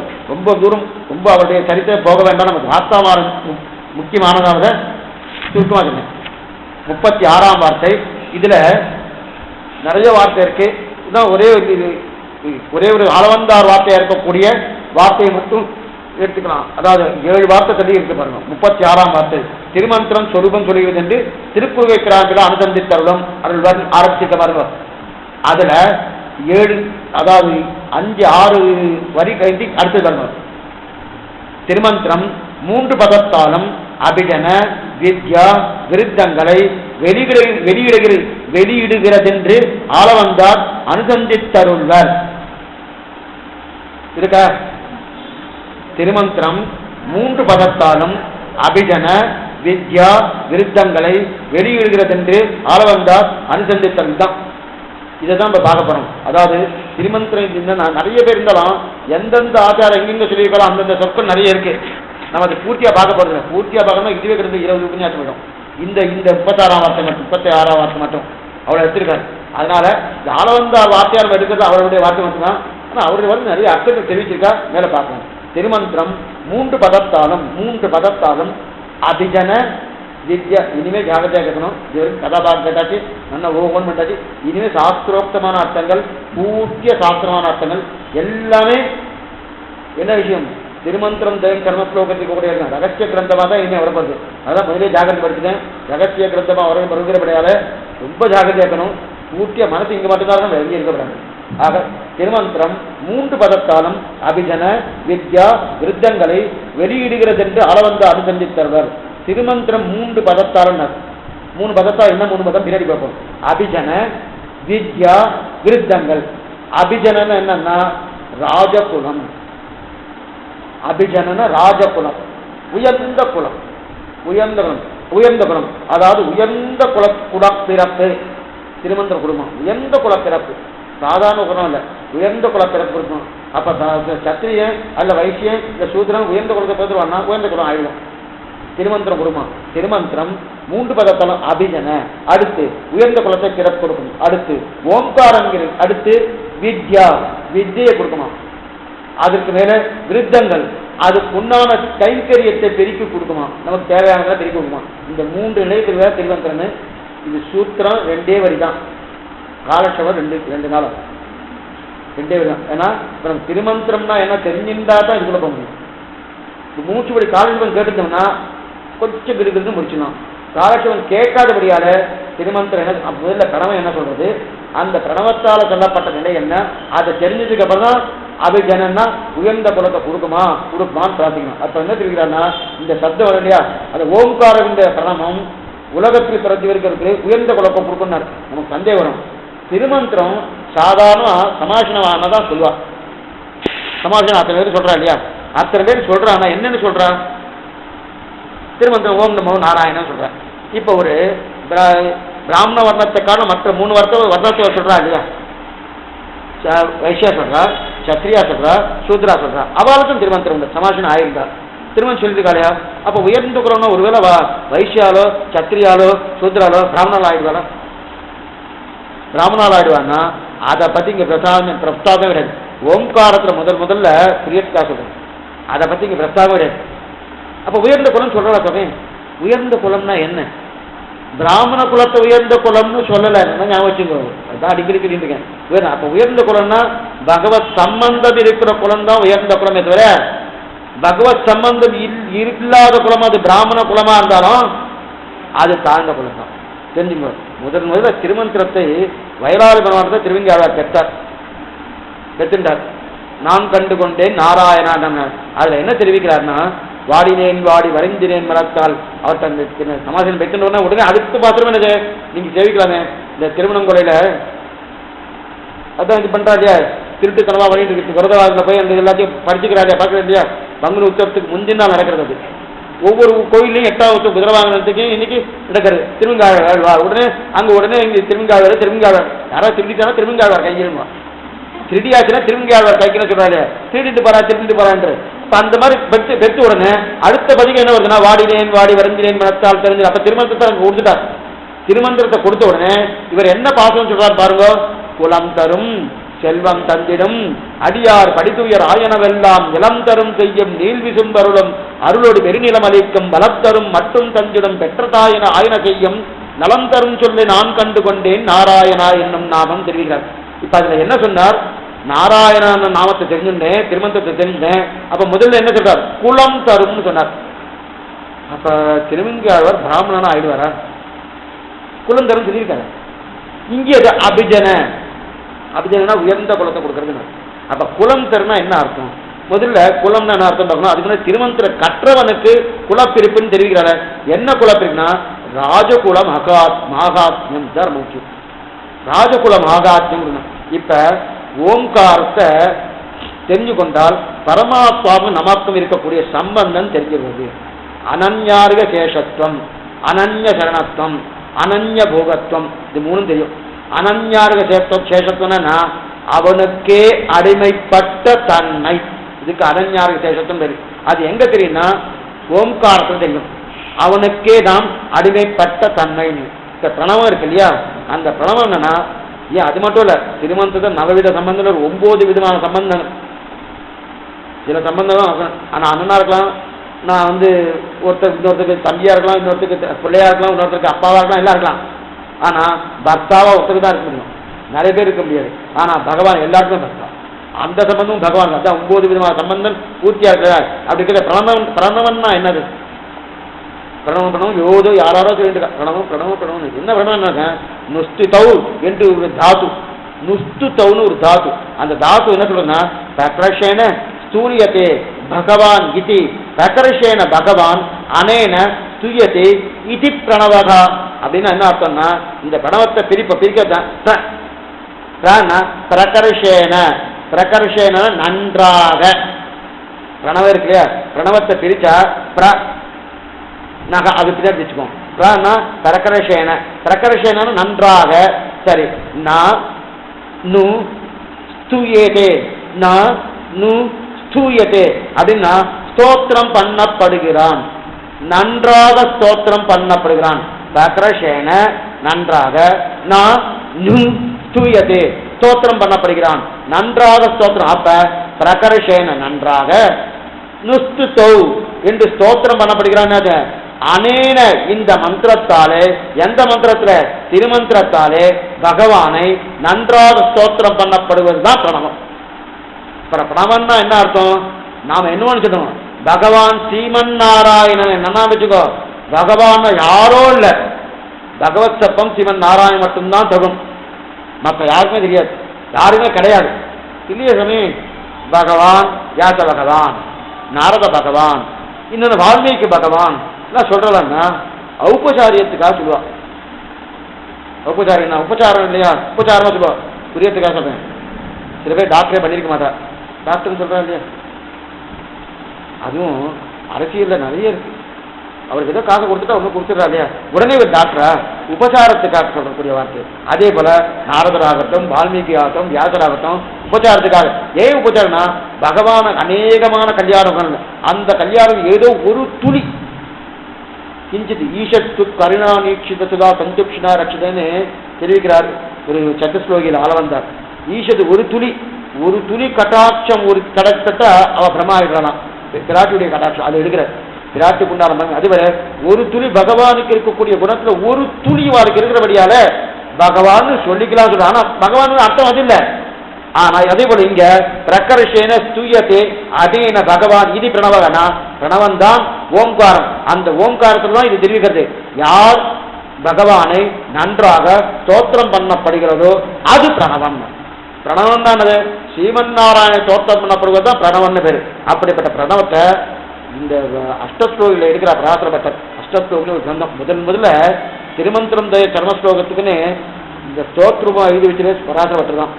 அகாரார்த்தோ விஷ்ணுகோ ஜெகதுதயா லட்சயா பிரணவிக்கிறது, மகாரகா நகாரார்த்தோ ஜீவகா தது உபகரணம் வைஷ்ணவமிதம் உகாரகா அனன்யான எமேதி சம்பந்தம் அனையோகோ அப்படின்னு தெரிவிக்கிறார். ஆச்சரியமான ஸ்ரீசுக்தி அது வந்து பராசரப்பட்டு தெரிவிக்கிறார், அஷ்டஸ்லோகில தெரிவிக்கிறார். அதில் என்ன ஓம்காரத்திலே ஆ பூ மான்னு 3 சப்தங்கள் இருக்கு. கஷ்டப்படாதீங்க, ஒன்றும் கட்டமே இருக்காதுன்னா என்ன சுவாமி இப்போ ஆரம்பிச்சிருக்காரு, என்ன புரிஞ்சுக்கலாமா தெரியலையா என்னன்னு ஒன்றும் கட்டப்படாது, நிச்சயமா புரியும். ஆ ஊ மான் இருக்கு. இந்த மா என்னன்னா புரியத்துக்கு ஒரு பாத்திரம் சொல்றேன். மூன்றெழுத்ததனை மூன்றெழுத்ததனால் மூன்றெழுத்தாக்கி மூன்றெழுத்தும் ஏந்து கொண்டிராப்பு இறக்க நன்கொடை எம் புருடோத்தவன் இருக்கை மூன்றெழுத்தை மூன்றெழுத்ததனால் மூன்றெழுத்தாக்கின்னு இருக்கிறார காந்தனை கங்கை கடவேன் கண்டவென்னும் கடிநகரம் வேலை பாத்திரம். தேவப்பிரகாயன்னு ஒரு தேவப்பிரகாயத்துக்கு கேள்விப்பட்டிருக்கா? அதாவது ஹரித்வார் தாண்டி பத்ரிக்கு போற வழியில ஹரித்வார் இருந்து கிட்டத்தட்ட 40 கிலோமீட்டர் இருக்கு. தேவப்பிரகாயம் கண்டவென்னும் கடிநகரம் பெரியாழ்வாருடைய மங்களாகட்டம் அங்க தெரிவிக்கிற மூன்றெடுத்ததனை மூன்றெடுத்ததனால் முன் கண்டையை மூக்கும் தமையனை கடிந்தும் கடிந்தியன் தாசரதி போய் எங்கும் தன்புகடா இருந்தரசாண்டையும் புருடோத்தமனை இருக்கை கங்கை என்ற வாசகத்தாலே கடுவினை கலைந்திருக்கம் கங்கையின் கடமையில் கைதொரு என்ற கண்டவென்னும் கடிநகரையும் தெரிவிக்கிறார். அந்த கண்டவென் கடிநகர் பேர் ஆச்சரியமான ஒரு சமீபத்தில் தான் அதே போல் ஒரு 20-25 பேர் அங்கே போயிட்டு பெரியாரோட விக்கிரகத்தை போய் பிரதிஷ்ட பண்ணிட்டு வந்தோம். அந்த சமிதிக்குள்ளேயே அங்கே உத்தரப்பிரதேச கவர்மெண்ட் கிட்ட அனுமதி பெற்றுட்டு ரெஜிஸ்டர் பண்ணிட்டு வந்தோம். ஆனால் அவங்க இருக்கிறா இவர் தான் ராமானுஜன் இருக்கார். இது பெரியாழ்வாரா ராமானுஜரா கூட அவரை கருத்து தெரியல. இதுக்கு சொல்ல வந்தீங்கன்னா அப்படிப்பட்ட மூன்றெடுத்ததனை மூன்றெடுத்ததனால் மூன்றெடுத்தாக்கி மூன்றெடுத்து ஏந்து கொண்டிருப்பார்க்குன்னர். இப்போ 3 3 3 3 சொல்ற என்ன 3 வியாக்கியானத்தில் தான் என்ன சுவாமி 3ன்னா இந்த 10 பாகம் இதே மாதிரி தெரிவிக்கிறார். என்ன 3 எழுத்துனா 3 எடுத்துக்கிறார். முதல் 3 சொல்லியிருக்கார், 2வது 3 சொல்லியிருக்கார், 3வது 3 சொல்லியிருக்கார். அப்படின்னா நான் என்ன அர்த்தம்னா அகார உகாரம் அகாரம் ஒரு அர்த்தம் ஒரு 3 அகாரம் உகாரம் நகாரம் இது 3 தானே, இது 3 அர்த்தம். அதுக்கு மேல ஓம் நமோ நாராயணாய இது 3 சப்தம், இது 3 சப்தம். ஓம் நமோ நாராயணாய் இது 3 சப்தம். அதற்கு மேல திருமந்திரம் துவயம் சரம ஸ்லோகம் இது ஒரு 3. அப்ப இந்த 3 என்ன அர்த்தம்? இப்ப திருமந்திரம் துவயம் சரம ஸ்லோகம் இருக்கு இல்லையா, இதுல முதல் எது மூன்றெழுத்ததனை மூன்றெழுத்ததனால் முதல் 3 திருமந்திரம் துவயம் சரம ஸ்லோகம். அந்த மூணை சுருக்குங்கோ. சுருக்கியாச்சுன்னா எது வரும்? முதல் எது வரும்? திருமந்திரம் வரும். திருமந்திரம். அப்ப மூன்றெழுத்ததனால் மூன்று எழுத்து மூன்று நிலை இருக்கக்கூடிய அந்த திருமந்திரம் சர்ம ஸ்லோகத்தை சுருக்கினா மூணு ஒன்று போயிடுத்து திருமந்திரம் வந்துட்டு. அப்ப துவயமும் சர்ம ஸ்லோகம் போயிடுத்து திருமந்திரம். அந்த திருமந்திரம் என்ன மூணு? ஓம் நமக நாராயணாக. இந்த மூணையும் சுருக்கணும். இந்த மூணையும் சுருக்கினா என்ன வரும்? ஓம்னு வரும். அதுதான் பிரணவம். மூணு இருக்கு இல்லையா? மறுபடியும் சொல்றேன். திருமந்திரம் தயம் சர்ம ஸ்லோகம் மூணு. ஏன்னா அவர் பாட்டு மூன்று எழுத்ததுன்னு போட்டு போயிருக்கிறாரு. என்ன மூன்றுன்னு நான் பார்க்கணும்ல. இது வியாக்கியானம் விரிவாக்கம். இதுக்கு வியாக்கியானம் கனவாரம் பண்ணி வாசிக்கணும். அற்புதமான வியாக்கியானம் விரிவாக்கம் பண்ணி வியாக்கியானம். இதுக்கு சொல்ல வந்தேன். அப்ப தெரிவிக்கிறார் முதல் மூன்று திருமந்திரம் தயம் சர்ம ஸ்லோகம். அதை சுருக்கினா திருமந்திரம் வந்துடுறது. அதுல முதல் திருமந்திரம் தான் திருமந்திரம் இருக்கு. அந்த திருமந்திரம் என்ன மூணு இருக்கு? ஓம் நமகா நாராயணா இருக்கு. திருமந்திர விவரிச்சாரு ஓம் நமகா நாராயணா. அதுல மூணு என்ன சுருக்கணும்? மூணு சுருக்கினா ஓம் என்ற பிரணவம் கிடைக்கிறது. அந்த ஓம் என்ற பிரணவத்தை சுருக்குங்கன்னாரு. அது விரிக்கினார். அதுல அகார உகார மகாரங்கிற மூணு இருக்கு. அந்த மூணு சுருக்குங்கன்னாரு. அகாரங்கள். அந்த அகாரம் தான் பகவான். அந்த ஆ என்ற பகவானை தான் இது சொல்றதுன்றார். புரியாது? திருமந்திரம் என்ன சொல்றது? பகவான் சொல்ற. அப்ப திருமந்திரத்துக்குள்ளே ஓம் நமோ நாராயணாக்குள்ளே முதல் எதுன்னா ஓம். அந்த ஓமுக்குள் முதல்ல திருமந்திரம் சர்ம ஸ்லோகம். அடுத்து அதை கழித்தா திருமந்திரம். அந்த திருமந்திரத்துக்குள்ளே ஓம் நமோ நாராயணக்குள்ளே ஓம் பிரதானம். அந்த ஓம ஆக்கின அகார உகார மகாரங்கள். அதுல முதல் என்ன? அப்ப இந்த மூன்றை சுருக்கி மூன்றை எடுத்து மூன்றுல சின்ன சின்ன எழுத்து எடுத்து அம்மூன்றை சுருக்கி எடுத்துட்டார். ஆ என்கிற பிரபன் தான் பகவான். அந்த பகவான் தான் விஷ்ணு. ஆ என்ற சப்தம் தான் விஷ்ணுவை குறுக்கும். அதான் அகாராப்து விஷ்ணு கூர் பராத்திர பெற்ற தெரிவிக்கிறார். அகார சக்தி யாரை குறிக்கணும்னா அதைத்தான் திருவள்ளுவர் என்ற பெரியவர் அகர முதல எழுத்தெல்லாம் ஆதி பகவான். அவருக்கு இது போட்டிருக்கா. அவர் சொன்னதே நாராயணன். ஆனா அவர் பரமசிவ வைஷ்ணவர். இவர் என்ன பண்றா? உடனே இதை போட்டு அவர் இப்படிப்பட்டவர். எங்கேயாவது எதையாவது சொல்லியிருக்க வர திருவிக்ரம அவதாரம் பாடியிருக்காரு, வாமன அவதாரத்தை பாடியிருக்காரு. அகாராப்து விஷ்ணுகுன்னு அவரே சொல்லியிருக்காரு 2000 வருஷத்துக்கு முன்னாடி. அப்படி இருக்கச்சே இதுக்கு சொல்ல இருக்கட்டும். அகாராப்து விஷ்ணுகு. அப்ப விஷ்ணுவை குறிக்கிறது இல்லையா? அப்ப ஆனனா அவ ரக்ஷனேன்னு தாது ரட்சிக்கிறபடியாலே ஆகாரத்தை சொல்லுகிறது. அப்ப விஷ்ணு ரட்சிக்கிறனால என்ன அர்த்தம்? ஆனாலே பகவான் இருக்கு இல்லையா? என்ற சப்தத்தாலே சொல்லப்படுதுன்னா சம்ஸ்கிருதத்துல தாத்துக்கு தான் அர்த்தம். தாத்து சப்தத்துக்கு தான் என்ற ஒரு தாத்துவோட என்னன்னா அவ ரக்ஷனேன்னு தாத்து. சப்தத்துல அவ ரக்ஷனேன்னு தாத்து. என்ற சப்தத்தால சொல்லக்கூடிய பகவான் ரட்சிக்கிறான் அப்படின்னு அர்த்தம். அப்ப என்ற சப்தத்தால பகவான் ரட்சிக்கிறான் அர்த்தம் வந்து இல்லையா? அதுக்கு என்ன அர்த்தம்? அவரட்சணேன்னு தாத்து. இப்ப அவரட்சணேன்ற ரட்சிக்கிறான். எப்படி ரட்சிக்கிறான்? ஒருத்தர் ரட்சிக்கிறான் எப்படி ரட்சிக்கிறான்? அனிட்டத்தை தொலைத்து இட்டத்தை கொடுக்க. ரட்சிக்கைன்னா என்ன அர்த்தம்னா எனக்கு தேவையில்லாது போகணும், தேவையானது கிடைக்கணும். அனிட்டம் தொலையணும், இஷ்டம் கிடைக்கணும். அப்ப அனிட்டம் தொலையணும் இஷ்டம் ரெண்டுமே யார் பண்றா? பகவான் தான் பண்றான். அது எங்க இருக்கு? திருமந்திரத்தில் இருக்கு. திருமந்திரத்தில் எங்க இருக்கு? அகார உகாரம் அகாரத்துல அகாரத்துல இருக்குன்ற. இப்ப தெரிஞ்சிச்சு. இப்ப அகாரன்ற வார்த்தை பகவான் ஸ்ரீமன் நாராயணன் குறிக்கிறது. அது என்ன சொல்றது? அவரட்சணை என்று தாத்துவினாலே ரட்சிக்கிறான் என்று சொல்லுகிறது. ரட்சிக்கிறதுனா என்னன்னா அனிட்டத்தை தொலை இஷ்டத்தை குளிக்க. அனிட்டம் தொலைக்க என்னன்னா என்னுடைய வேண்டாது தொலைக்கிறது, தேவையானது கொடுப்பது. எனக்கு வேண்டாதது இந்த சம்சாரம், இந்த ஜன்மம் வேண்டாதது. தேவையது ஸ்ரீவைகுண்ட பிராப்தி. அனிட்டத்தை தொலைத்தி இஷ்டத்தை கொடுக்கக்கூடியதான் அகாரம் சொல்லிட்டு அகாராத்து விஷ்ணுகு அப்படின்னு தெரிவித்தார். இது அகார உகாரம் அகாரத்தில் பிரணவத்தில் இருக்கக்கூடிய அகார உகாரம் அகாரத்தில் இருக்கக்கூடிய ஆண் அர்த்தம். வந்துட்டு அதுக்கு மேல உகாரம் இருக்கு, மகாரம் இருக்கு. மா சப்தம் இருக்கு. மா என்ன அர்த்தம்னா மா சப்தம் ஜீவாத்மாவை குறிக்கும். சப்தம் பரமாத்மாவை குறிக்கிறது.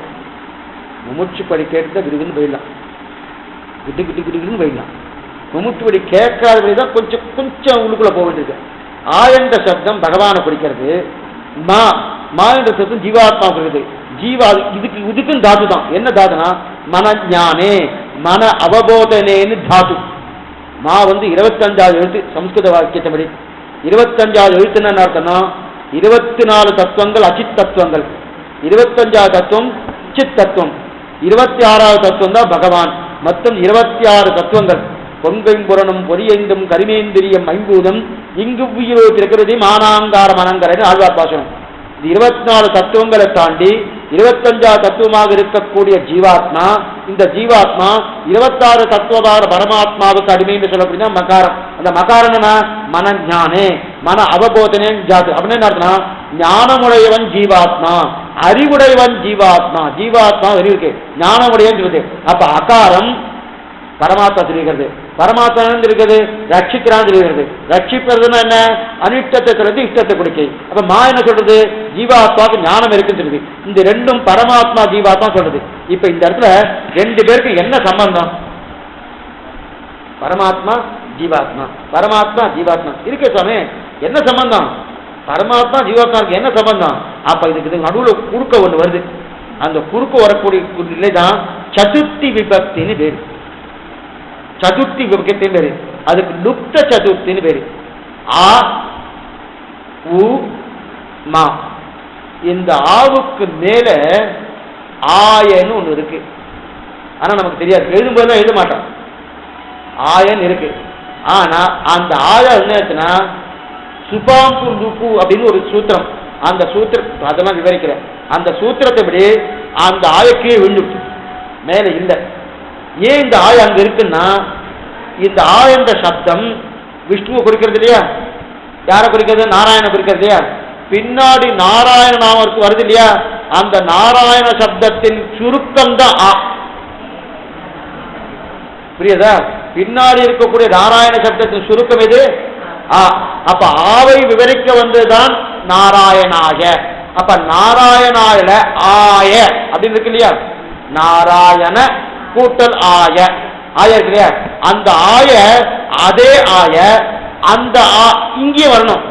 ஏன்னா நாராயண சப்தம் வேறல்ல, ஆ வேறல்ல. ஆனா எப்ப இந்த ஆவை நாராயணாய் விவரிக்கிறதோ அந்த ஆய இங்க வந்தானும். இங்க வந்தாலும் எப்படி வந்தான்னா அதே ஆய இங்க இருக்கணும், இந்த ஆவுக்கு மேல அது இருக்கணும். ஆனா இது வியாக்கரண சூத்திரத்தின்படி ஆவுக்கு மேல இருக்கு. இது எல்லாருமே ஒத்துருக்கா, சங்கர ஒத்துருக்கா, யாரெல்லாம் சம்ஸ்கிருத பாஷை படிச்சுட்டு இருக்கா அத்தனை பேர் ஒத்துருக்கா. இது வைஷ்ணவாளுக்கு மட்டும்தான், மற்றவாளுக்கெல்லாம் கிடையாது. இல்லை, இது வைஷ்ணவ சம்ஸ்கிருத பாஷை யாரெல்லாம் தெரிஞ்சிருக்கா அத்தனை பேருக்கு இது உண்டு. அது பாஷையோட இலக்கணம். மேல ஆயன் இருக்கு. ஆயன் என்ன அர்த்தம், 4வது வேற்றுமை உருவுன்னு அர்த்தம். ராமனை, ராமனால், ராமனுக்கு, ராமனாலே அப்படின்னு சொல்றோம் இல்லையா. ராமன் அவனை கொன்றான், இதுல வந்து வேற்றுமை. ராமன் இது, ராமனுக்கு சீதை, ராமனால் கொல்லப்பட்டான், ராமனுடையது, ராமனை பாருங்கள். இதுதான் வேற்றுமை உருவு. இதுல கிட்டத்தட்ட 8 வேற்றுமை உருவு இருக்கு. இது 4வது வேற்றுமை உருவு. இது ஆய.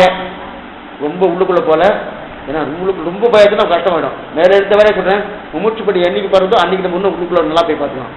ஆய 4வது வேற்றுமை. இந்த 4வது வேற்றுமை என்ன பண்ணும்னா, எனக்கும் அவருக்கு இருக்கிற ஒரு சம்பந்தத்தை தெரிவிக்கும்.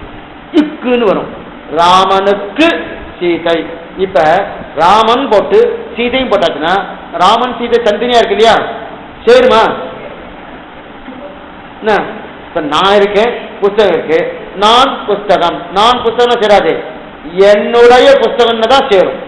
நான் புஸ்தகம்னா என்ன சொல்ல, வடக்கத்தியார் வந்து பேசுற மாதிரி பேசியிருக்காரு இல்லையா, அப்படி இல்லை, என்னுடைய புஸ்தகம் தானே சேருது. அப்ப அந்த இடத்துல ஒரு சதுர்த்தி வேற்றுமை உருவு வரும் இல்லையா, வேற்றுமை. அந்த மாதிரி வேற்றுமை உருவு வந்தா தான் ஒன்னுக்கு ஒன்று தொடர்பு ஏற்படும். தொடர்பு ஏற்படணும்னு சொன்னாரு, ஆவுக்கு மேல ஆய இருக்கு. அந்த ஆய என்ன சொல்ல தெரியுமா, இந்த இந்த பகவானுக்கு, பரமாத்மாவுக்கு ஜீவாத்மா அடிமை. பரமாத்மா தெரியா, ராமனுக்கு ஐ ஆல் கு ஐயின் கண் அப்படின்னு அர்த்தம். இதெல்லாம் வேற்றுமை வருது. ஐ ராமனை, ராமனா கடைசியில சம்ஸ்கிருத பாஷை மாதிரி ஆயிடுது. என்ன, ராமனை, ராமனால், ராமனுக்கு, ராமனுடையது அப்படின்னு சொல்லிட்டு அந்த மாதிரி இங்க ராமனுக்கு. அதே வேற பரமாத்மாவுக்கு ஜீவாத்மா. அது என்ன ஆயிடுச்சு, அந்த இக்கு இல்லையா சுவாமி. பிரணவத்தை எழுதி சொன்னா, பிரிச்சு எழுதுனா ஆவும் ஆயிரும். ஆவுக்கு மேல ஆ எழுதுறமா, எழுதுறது இல்லை. அதுக்கு சுபாப்து லுக்குன்னு ஒரு சூத்திரம். அந்த சூத்திரத்தால அந்த லுக் அதுக்கு தான் சதுர்த்தி வேற்றுமை பேரு. அதுக்கு லுப்த சதுர்த்தின்னு பேரு. அது நாராயணால ஒரு சதுர்த்தி இருக்கு, அதுவும் சதுர்த்தி தான். அதுக்கு வியக்த சதுர்த்தின்னு பேரு. வியக்தமா நல்லா தெரியாது, நம்ம கர்நாடக பார்த்துட்டு இருக்கோம் தெரியாது, இந்த கண்ணால பார்த்தா தெரியல. இதுக்கு லுப்த சதுர்த்தி இருக்குன்னு அர்த்தம். அங்கேயும் இக்கு இருக்கு, அங்கேயும் இருக்கு. ஆனா இது ரெண்டு வெவ்வேறு அர்த்தம். நாராயணாயில இருக்கக்கூடிய ஆய சப்தத்துக்கு வேற அர்த்தம், இங்க ஆவுக்கு மேல இருக்கக்கூடிய ஆய சப்தத்துக்கு வேற அர்த்தம். ரெண்டும் ஒரே அர்த்தமே இல்லை, ஞாபகம். அது அங்க வரத சொல்றேன். அப்படி இருக்கே அப்ப ஆவுக்கு மேல ஆயன் இருக்கு இல்லையா, அப்ப நாராயணனுக்கு அப்படி வந்துருக்கு இல்லையா, அந்த நாராயணுக்கு ஜீவாத்மா அருமை. ஆயன நாராயணுக்கு அகாரம் பகவானை குறிக்கிறது. ரக்ஷகனான ஆகார வாச்சனுக்கு மகாரவாதன் ஜீவாத்மா, அதாவது பரமாத்மா ஜீவாத்மா இது தனித்தனி இருந்தது. இப்ப வந்துட்டு வந்த உடனே என்ன ஆயிடுச்சு, பரமாத்மாவுக்கு அதாவது சேர்ந்து பரமாத்மாவுக்கு ஜீவாத்மான்னு வந்திருக்கு. இன்னும் முடியல. பரமாத்மாவுக்கு ஜீவாத்மா வந்திருக்குது. பரமாத்மாவுக்கு ஜீவாத்மா அடிமைன்னு எங்க சாமி சொல்லியிருக்கு, பரமாத்மாவுக்கு ஜீவாத்மா மா ஜீவாத்மா தானே, மனஜான மன அபுதன அடிமைன்னு எங்க இருக்கு பரம்பரா ஆயன்ற சதுர்த்தி விபக்தியால அர்த்தத்தை பார்த்தோம். அதுக்குள்ள என்ன தொடர்புக்கு தெரிஞ்சிடும். ஆயன ஆய சப்தம் அதாவது சாதத்தே சதுர்த்தின்னு பேரு. கொஞ்சம் கஷ்டப்படுறீங்க, இருந்தாலும் கொஞ்சம் ஓரளவு சரி, திருப்பி இதை கேட்டு பார்த்தா தெரியும், ஒன்றும் கஷ்டம் இல்லை.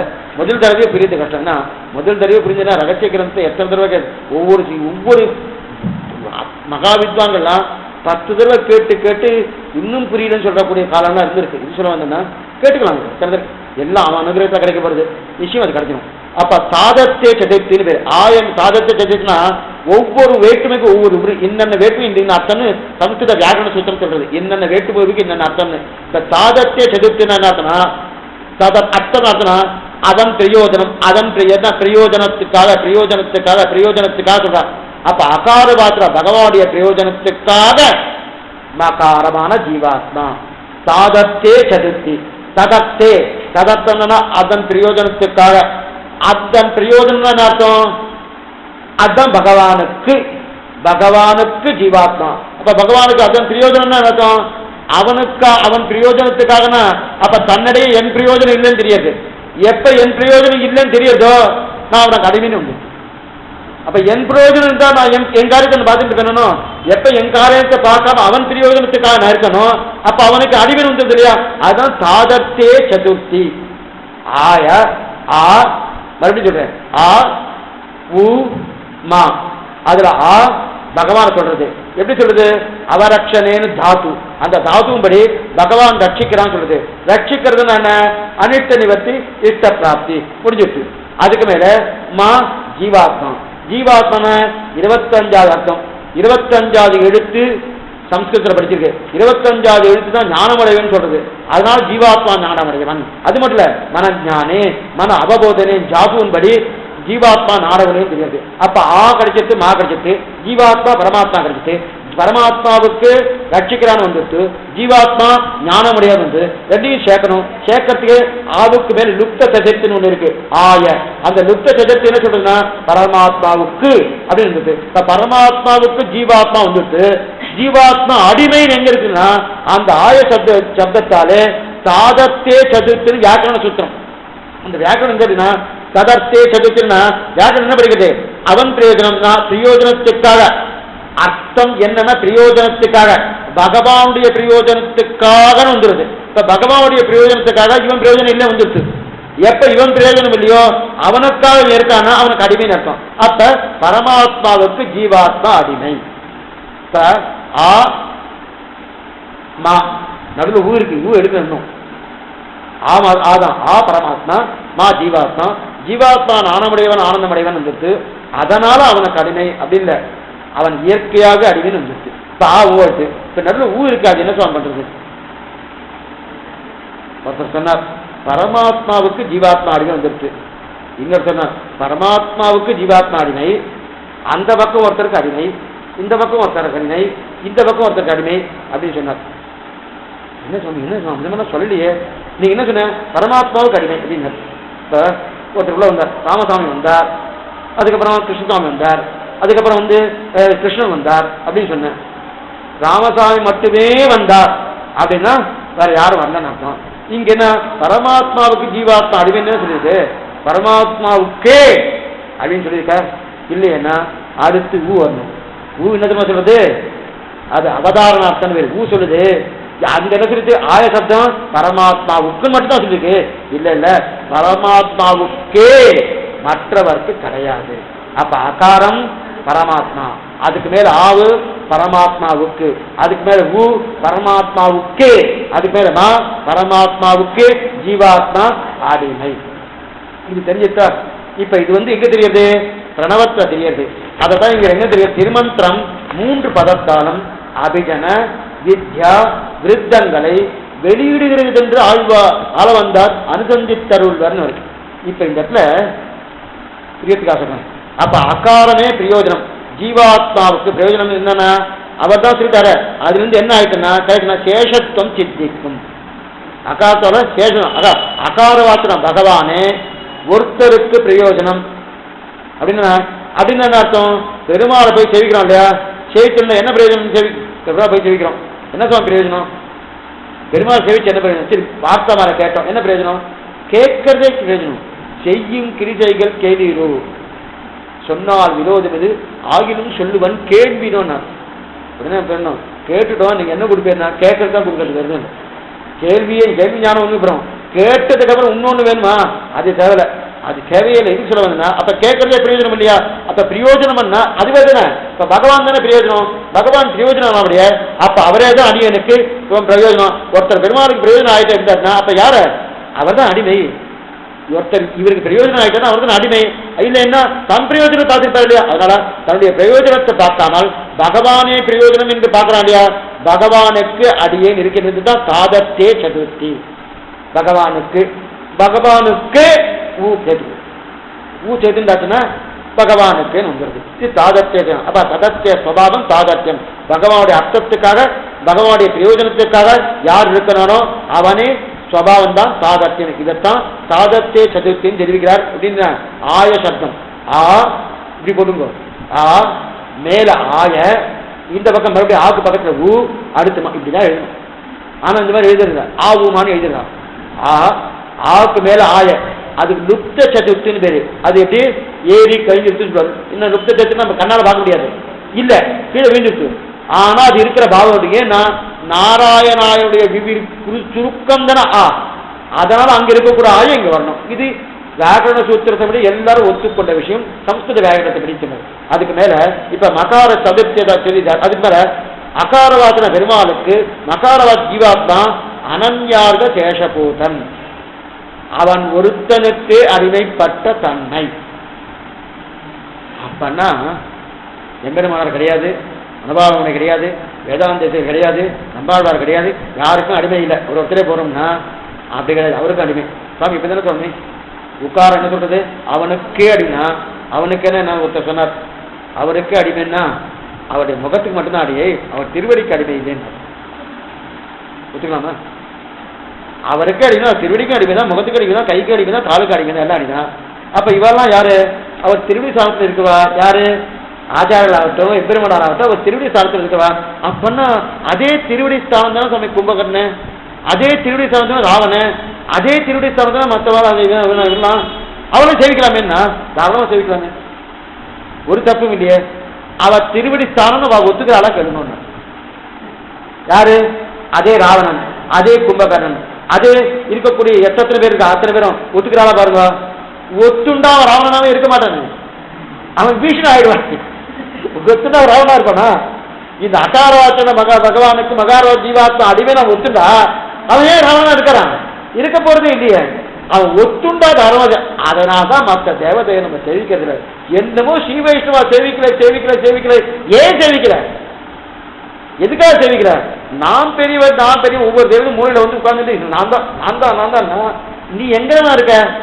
நிறுத்தினான் தெய்வங்களாக அத்தெய்வ நாயகன் தானே நாட்டினான் நாட்டினான் தெய்வமங்கம் நல்லதோர் அருள் தன்னாலே காட்டினான் திருவரங்கம் உய்பவர்க்கு உய்யும் பண்ணு. ஏன் சேவிக்கிறது என்ன காரணம்? நமக்கு என்ன பங்காளி சண்டையான இல்லை, எனக்கு அவருக்கு ரொம்ப நாள சண்டை, போன ஜென்மாலும் சண்டை, எந்த ஜென்மாலும் நமக்கு தெரியாது, ஒரு சண்டையும் கிடையாது. அவருக்கு நமக்கு சம்பந்தமே இல்லை. அவருக்கு அவர் யாரோ நாம யாரோ, அவரும் ஒரு பகவானுக்கு ஒரு சரீரம், நானும் பகவானுக்கு சரீரம். அப்படி கட்சி என்ன சண்டை இருக்கு? ஒரு சண்டையும் கிடையாது. என்ன பாவம்? அவர் பகவானுக்கு ஒத்துண்டாருன்னா நிச்சயமா அவர் செவிக்கலாம். ஒத்துக்காதபடியால் தான் நம்ம செவிக்கலே தவிர மற்ற எந்த நிலையும் இது சொல்ல அதான் தாதத்தே சதத்திய. அப்ப அகாராஜன பகவான் வந்து பகாரா ஜீவாத்மா அனன்யாக சேஷவன். இந்த சம்பந்த ஞானத்தை ஓம்காரன் நமக்கு சொல்லிக் கொடுக்கறது. அப்ப பெருமாளுக்கு நமக்கு சம்பந்தம் வந்துட்டு அகாரவாச்சன பகவானுக்கு நகாரவாச்சன ஜீவாத்மா அடிமை. இது முதல் நிலை. ஊசதா அவனுக்கே அடிமை, உனக்கே நாம் ஆட்சியம், உனக்கு ஆட்சியம் இல்லை. தர்மம் முக்கியம். நாராயணனே நமக்கே படைத்தருவான். நீங்க ஆண்டாள் இந்த போட்டுக்கலாம்.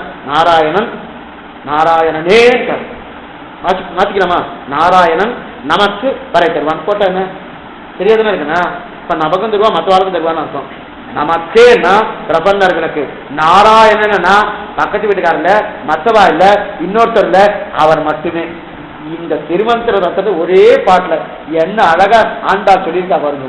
சுவாமி சொல்லுவாரு இந்த ஜியர் சுவாமி, நான் தள்ளி ఎంత బాగా చెప్పింది ఎంత బాగా చెప్పింది ఎంత బాగా சொல்லி கண்ட தாரதாரையா தீர்த்தம் வரும். எதுக்கு சொல்றாங்க?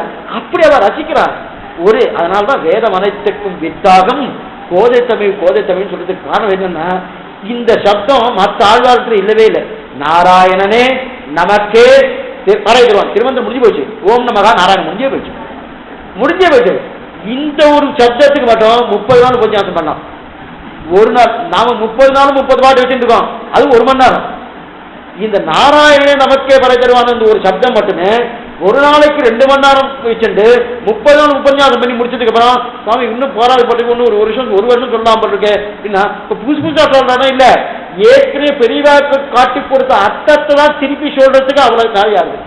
எதுக்கு சொல்ல வந்தேன்னா, ஒவ்வொரு அர்த்தம் திருமண அர்த்தம் தான் சொல்லிக்கிறார். இப்ப நமக்கு என்ன ஆயிடுச்சு, நாம் பகவானுக்கு அடிவில் தெரிஞ்சிட்டு எது மூலமா தெரிஞ்சிட்டு, பிரணவத்தின் மூலமா என்ன தெரிஞ்சிட்டு, ஓம் நமகா நாராயணையா திருமந்திரம். அந்த திருமந்திர பிரணவம் ஓம், அந்த ஓம்காரத்திலே அகார உக்காரம் அகாரம் இருக்கு. அதுல ஆயண்ட பகவானுக்கு மாயண்ட ஜீவாத்மா என்ன ஆயிட்டு அடிமை தெரிஞ்சிட்டு. தெரிஞ்ச உடனே இப்ப இது அப்படியே வச்சுட்டு ராஜகுல மகாத்மியம் சொன்னேன் இல்லையா, இப்ப பகவானுக்கு நான் அடிமைன்னு தெரிஞ்சுட்டேன். இப்ப இது தெரிஞ்சுண்டேன்றது ஏற்கனவே இருந்ததா புதுசா உருவாகினதா? ஏற்கனவே இருந்தது, ஆனா எனக்கு தெரியல. இன்னைக்கு தானே சமாசனம் ஆயிருக்கு, இன்னைக்கு தான் அர்த்தம் தெரிஞ்சிருக்கேன். இன்னைக்கு திருமணத்தோட அர்த்தம் தெரிஞ்சவனே, ஓ பகவானுக்கு நான் அடிமையானபடியால் அவனுக்கு கைங்கரியம் பண்ணணும்னு தெரிஞ்சுட்டேன். இப்ப இது அப்படியே தனியா வச்சுக்கோ. ராஜகுல மகாத்மியம்னா என்னன்னு பார்க்கலாம். ஒரு ஊர்ல ஒரு ராஜாவுக்கு குழந்தை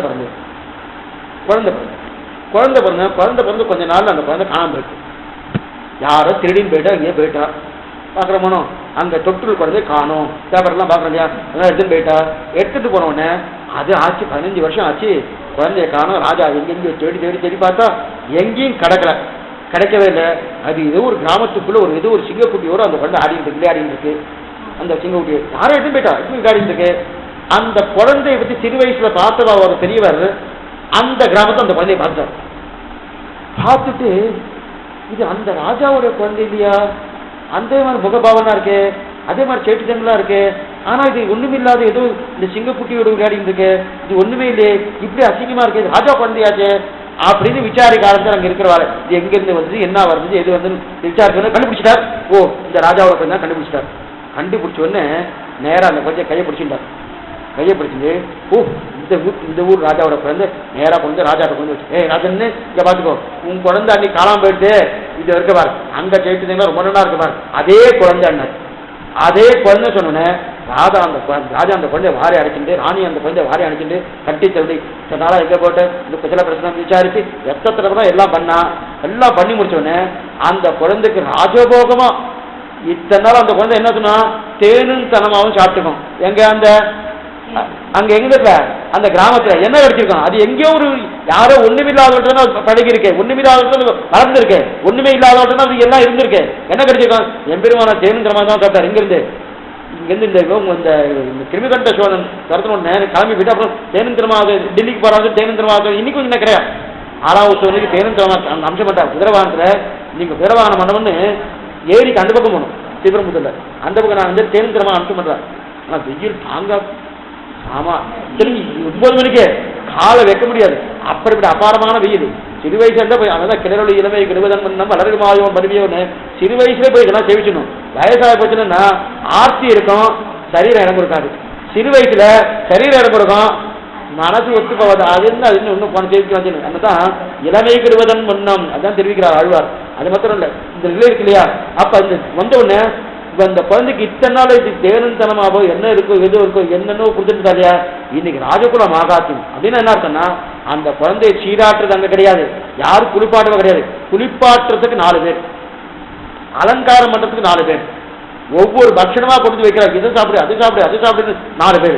அதுக்கு மேல என்னென்ன நிலை இருக்கோ ராஜகுமார் ஆயிடுச்சே, அதனால என்னென்ன இருக்கோ அத்தனையும் கிடைக்கிறது அந்த குழந்தைக்கு. இப்ப அந்த குழந்தைக்கு கிடைச்சது இல்லையா, இதுக்கு முன்னாடி இந்த குழந்தை கிடைச்சுதா? கிடைக்கல. இப்ப கிடைச்சது இல்லையா, இதுக்கு முன்னாடி இப்ப இந்த குழந்தைன்னு இது புதுசா உருவாயிருக்கா? ராஜாவோட குழந்தைன்னு புதுசா உருவாயிருக்கா? என்னைக்குமே ராஜாவோட குழந்தை தான். ஆனா ராஜாவோட குழந்தைன்னு என்னைக்கு தெரிஞ்சது? இனிதான் தெரிஞ்சது. தெரிஞ்ச உடனே அந்த குழந்தைக்கு எத்தனை வைபவம் எத்தனை வைபவம் எத்தனை வைபவம் ஒண்ணுமில்லை. இந்த வைபவம் நடந்துட்டு இருக்குதா, அந்த கிராமத்தில் இன்னொருத்தர் இருக்கார், அவர் எதேச்சி அந்த ராஜா இடத்துக்கு வந்தார், அந்த அரண்மனைக்கு வந்தார். இந்த குழந்தை அங்க எங்க சுத்தின்னு இருக்குது, என்னது அங்க ஏதோ எதுதே சாப்பிட்டு கண்ட இடத்துல போயிட்டு, இந்த குழந்தைக்கு நான் இத்தனை வைபவம்னு கேட்டார். அப்ப அங்க இருக்கிற சொல்றா, ஓ இது ராஜா வீட்டு குழந்தை, இத்தனை நாள் அங்க சுத்திட்டு இருந்து வச்சா சம்பந்தமே தெரியாம இருந்தது, இன்னைக்கு சம்பந்தம் தெரிஞ்சிருக்கு. தெரிஞ்ச உடனே இந்த குழந்தையுடைய சம்பந்தம் தெரிஞ்சது ராஜா வீட்டு குழந்தை, இந்த பெரியவர் தெரிவிக்கிறார். இத்தனை நாள் அடே போடா வாடா அந்த குழந்தை இருந்தார், இன்னைக்கு அந்த குழந்தைய பார்த்து தெரிவிக்கிறார். அதே போல ஒவ்வொருத்தரும் ராஜாவுடைய குழந்தை, அவர் ரங்கராஜா சேவாஜிரான், அந்த ராஜாவுடைய குழந்தை நாம் அத்தனை பேரும் எப்ப அந்த சம்பந்தம் பெற்றுட்டோமோ நமக்கு ராஜகுலம் ஆகாத்தியம் உண்டு. அதுதான் அபிஜன. இந்த ஒரு வார்த்தைக்கு இத்தனை 3/4 மணி நேரம். அபிஜன அபிஜன என்ன அர்த்தம்? உயர்ந்த குலத்தை கொடுக்கும். பிராமண குலம் இல்லை, உயர்ந்த குலம் என்ன? பிரபன்ன குலம். அதுதான் உயர்ந்த குலம். பிரபன்ன குலம்னா அவனுக்கு அடிமைப்பட்டவன். அதுதான் இருக்கிறது உயர்ந்த குலம். என்ன? அவனுக்கு அடிமைப்பட்டவன். சமயம் அடிமைப்படுறது உயர்ந்த குலமா தாழ்ந்த குலம்னா, அவனுக்கு அடிமைப்பட்டுக்குன்னா அதுதான் உயர்ந்தவன். அதை விட உயர்ந்த குலம் எதுவுமே கிடையாது. அப்ப அந்த ராஜகுலம் ஆகாத்தியம் கிடைக்கிறது இல்லையா, அப்ப இத்தனை தூரம் உயர்ந்ததுக்கு எது காரணம்? சம்பந்தம் காரணம். இப்ப இந்த சம்பந்தம் புதுசா உருவாக்கப்பட்டதா ஏற்கனவே இருந்துதான்.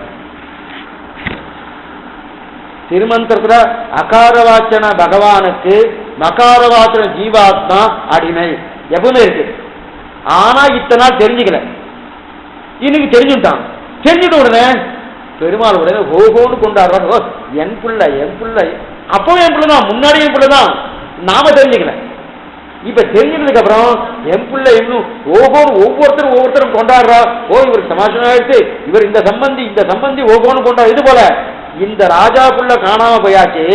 15 வருஷம் கழிச்சு தெரிஞ்சவா வந்து சம்பந்தத்தை சொன்ன உடனே அந்த ராஜகூலமாகாச்சும் அந்த குழந்தைக்கு எத்தெல்லாம் கிடைக்கிறதோ, இத்தனைக்கு அந்த ராஜா சாஸ்வதமான ராஜா இல்லை. 5 வருஷமோ 10 வருஷமோ தெரியாது, என்னைக்கு பிராணம் போகும் தெரியாது, என்னைக்கு வெளிநாட்டுக்காரன் வந்து அடிச்சு இந்த ராஜ்யத்தை எடுத்துக்க வரான்னு தெரியாது. இந்த ராஜா என்னைக்குமே ராஜா, நித்திய வேஷா ஜெகன்மாதா. அப்படிப்பட்ட என்னைக்குமே ராஜாக்கு இந்த இந்த சேவகனோ இந்த பிள்ளையோ என்னைக்குமே பிள்ளை புதுசா உருவாக போறதில்லை. இந்த ஜென்மால அந்த பிள்ளைக்கு அந்த ராஜாவுக்கு அந்த குழந்தை பிள்ளை, எல்லா ஜென்மாவுக்கும் அவன் தான் ராஜா, எல்லா ஜென்மாவுக்கும் இவன் தான் பிள்ளை. அப்படி இருக்கச்சு இந்த சம்பந்தம் முந்தனோடு உறவே நமக்கு ஒழிக்க ஒழியாது. இதைத்தான் ஆண்டா சுருக்கமா சொல்லியிருக்கார். இத்தனை தூரம் ராஜகுலமாவத்தி கூட விரிவா சொன்னேன் ஒரே சப்தத்துல. உனக்கும் எனக்கு இருக்கிற சம்பந்தத்தை ஆண்டா என்ன தெரியுமா சொல்றேன்னா, நீ நினைச்சாலும் ஒழிக்க முடியாது, நான் நினைச்சாலும் ஒழிக்க முடியாது, பிராட்டி நினைச்சாலும் ஒழிக்க முடியாது. முனி சொல்லிட்டேன், 3 பேரும் சொல்லிட்டேன்.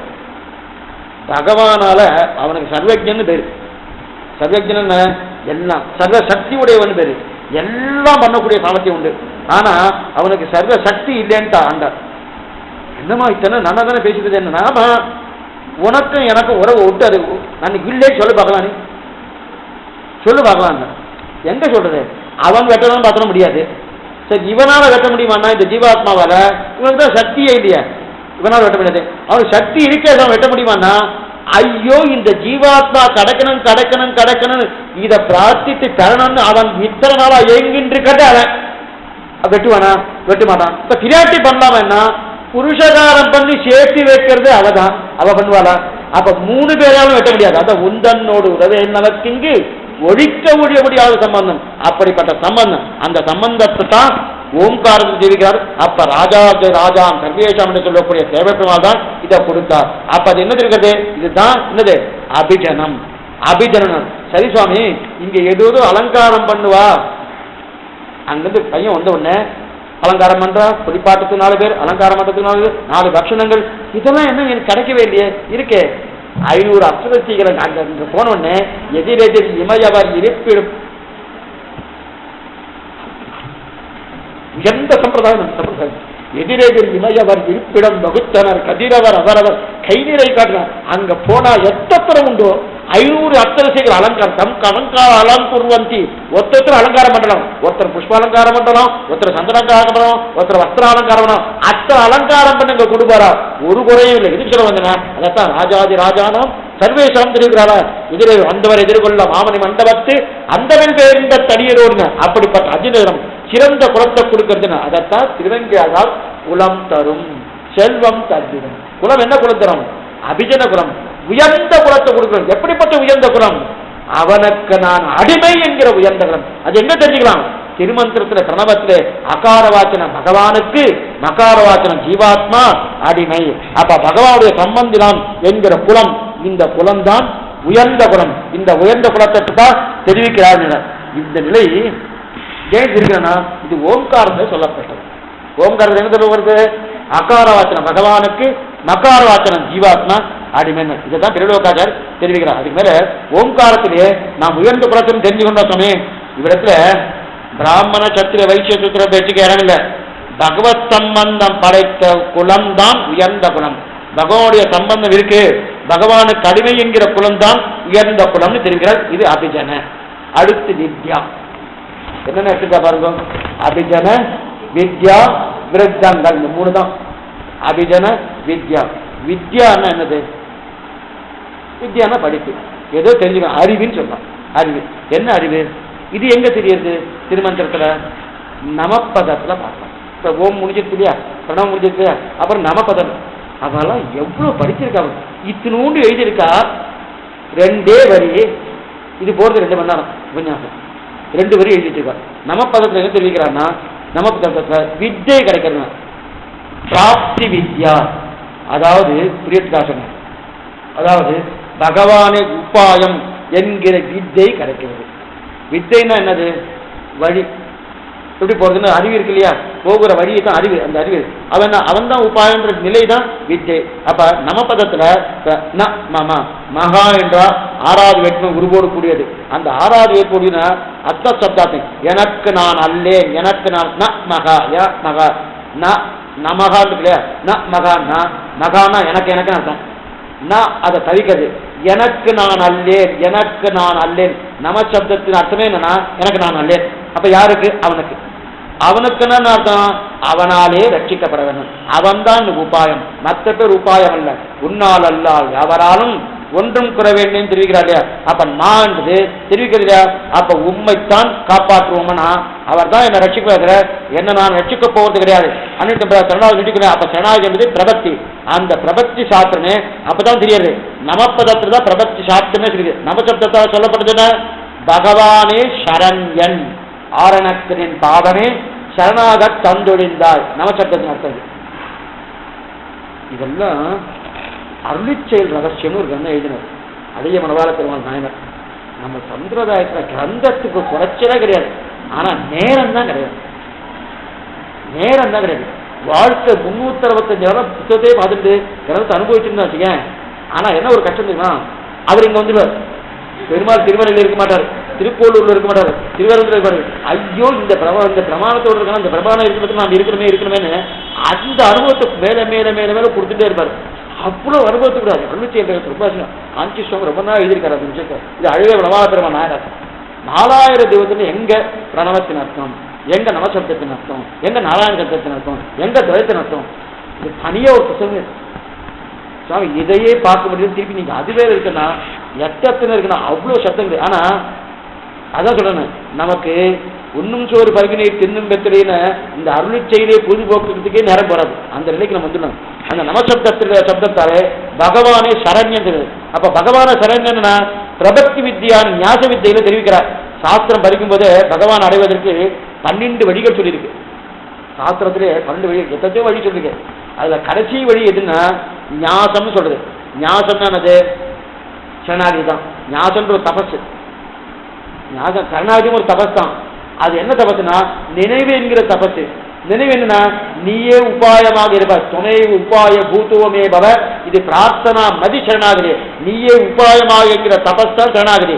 அந்த தபஸ் பண்ணணும்னா அதுதான் சிறந்த உபாயம் அப்படின்னு சொல்கிறார். அப்புறம் இந்த தபஸ் தான் ஞாபகம் சொல்லி சொல்கிறார். அப்ப அதுதான் சிறந்த வித்தை. ஆனால் நமசப்தத்தால நான் எனக்கு உரிய நல்லேன், எனக்கு நான் உரியவன் அல்ல. இப்ப யாருக்குரியவன்?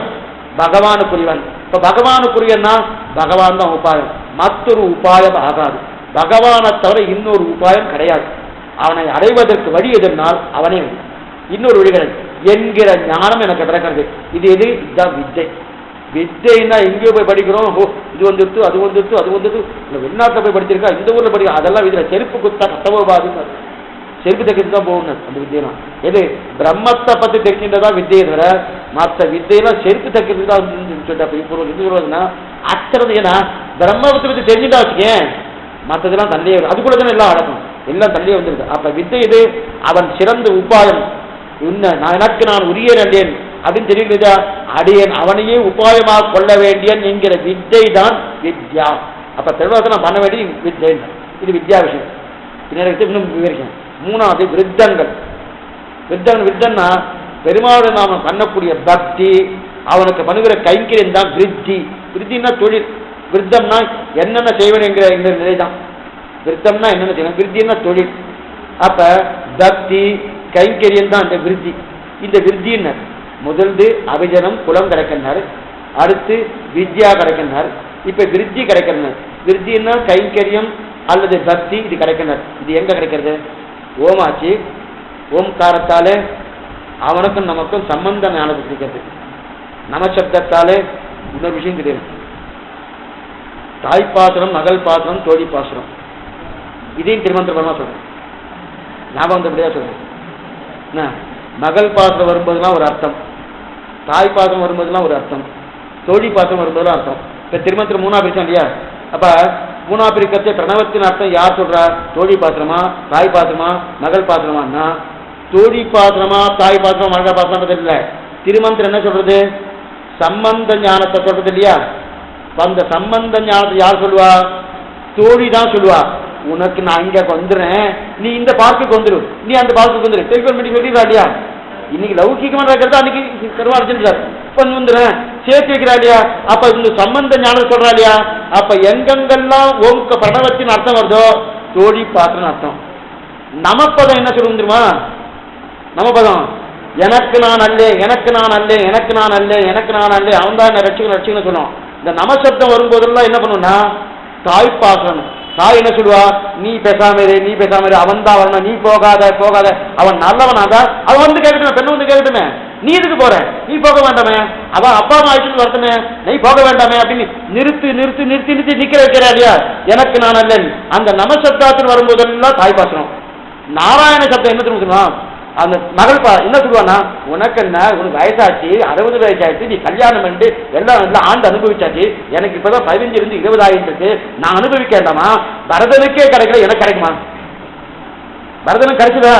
ராஜ்யத்தை கொடுக்குற வான் பிரார்த்தித்தான், வந்தானா வரலையே, எனக்கு கிடைக்குமா கிடைக்காத தெரியலையே, எனக்கு அந்த கஷ்டம் எனக்கு இல்லையா, கிடைக்கணுமே கிடைக்கணுமே கிடைக்கணுமே துடிக்கிற பாருங்க. அந்த துடிப்பு இருக்கக்கூடிய நிலையில்தான் நாராயண சப்தம். இதுல இது வரல, இதுதான் உங்களுக்கு புரியத்துக்காக. அப்ப நமப்பதத்தின் அர்த்தம் சப்தம் வரும்போதெல்லாம் தாய் பாசனம், கங்குலும் பகலும் தாய் பாசனம் நமப்பதத்தின் அர்த்தம். சிவலம் என்பது போல் செருங்கடல் அருளிச்சே ரகசியம் சொன்னேன். இந்த மாதிரியே இருக்கு. இந்த மாதிரி எவ்வளவு ரசனையா இருக்கு பாருங்க. கேட்கே அப்படியே அங்க தேன் வந்து எதாவது சொல்றாரு, அன்னைக்கும் அமுதூரம் என்னாவுக்குன்னு சொல்ற மாதிரியே அத்தனை தூரம் இனிமையா இருக்கு என்பது. இன்னும் அந்த அனுபவத்துக்குள்ள போயாச்சுன்னா வேற எதுவும் வேண்டாம். அதனாலதான் கேட்டு ஆறார் மாணவர்கள் செவி ஒண்ணுமில்லாத நமக்கே இந்த ஞானமே இல்லை, நமக்கே இவ்வளவு அனுபவம் கொடுக்குன்னா பூர்வர்கள் என்னமா அனுபவிச்சிருப்பா, எப்படி எல்லாம் அனுபவிச்சா, நித்திய சூரியர்கள் எப்படி அமைச்சிருப்பா. அதான் கேட்டு ஆறார் மாணவர்கள் செவிக்கு நீ செஞ்சொல்லுன்னு தெரிவிக்கிறார் இல்லையா? அப்ப இந்த நிலைக்கு தான். ஆக நமசப்தத்தின் அர்த்தம், அந்த நமசப்தத்தின் அர்த்தத்தால பார்த்தோம்.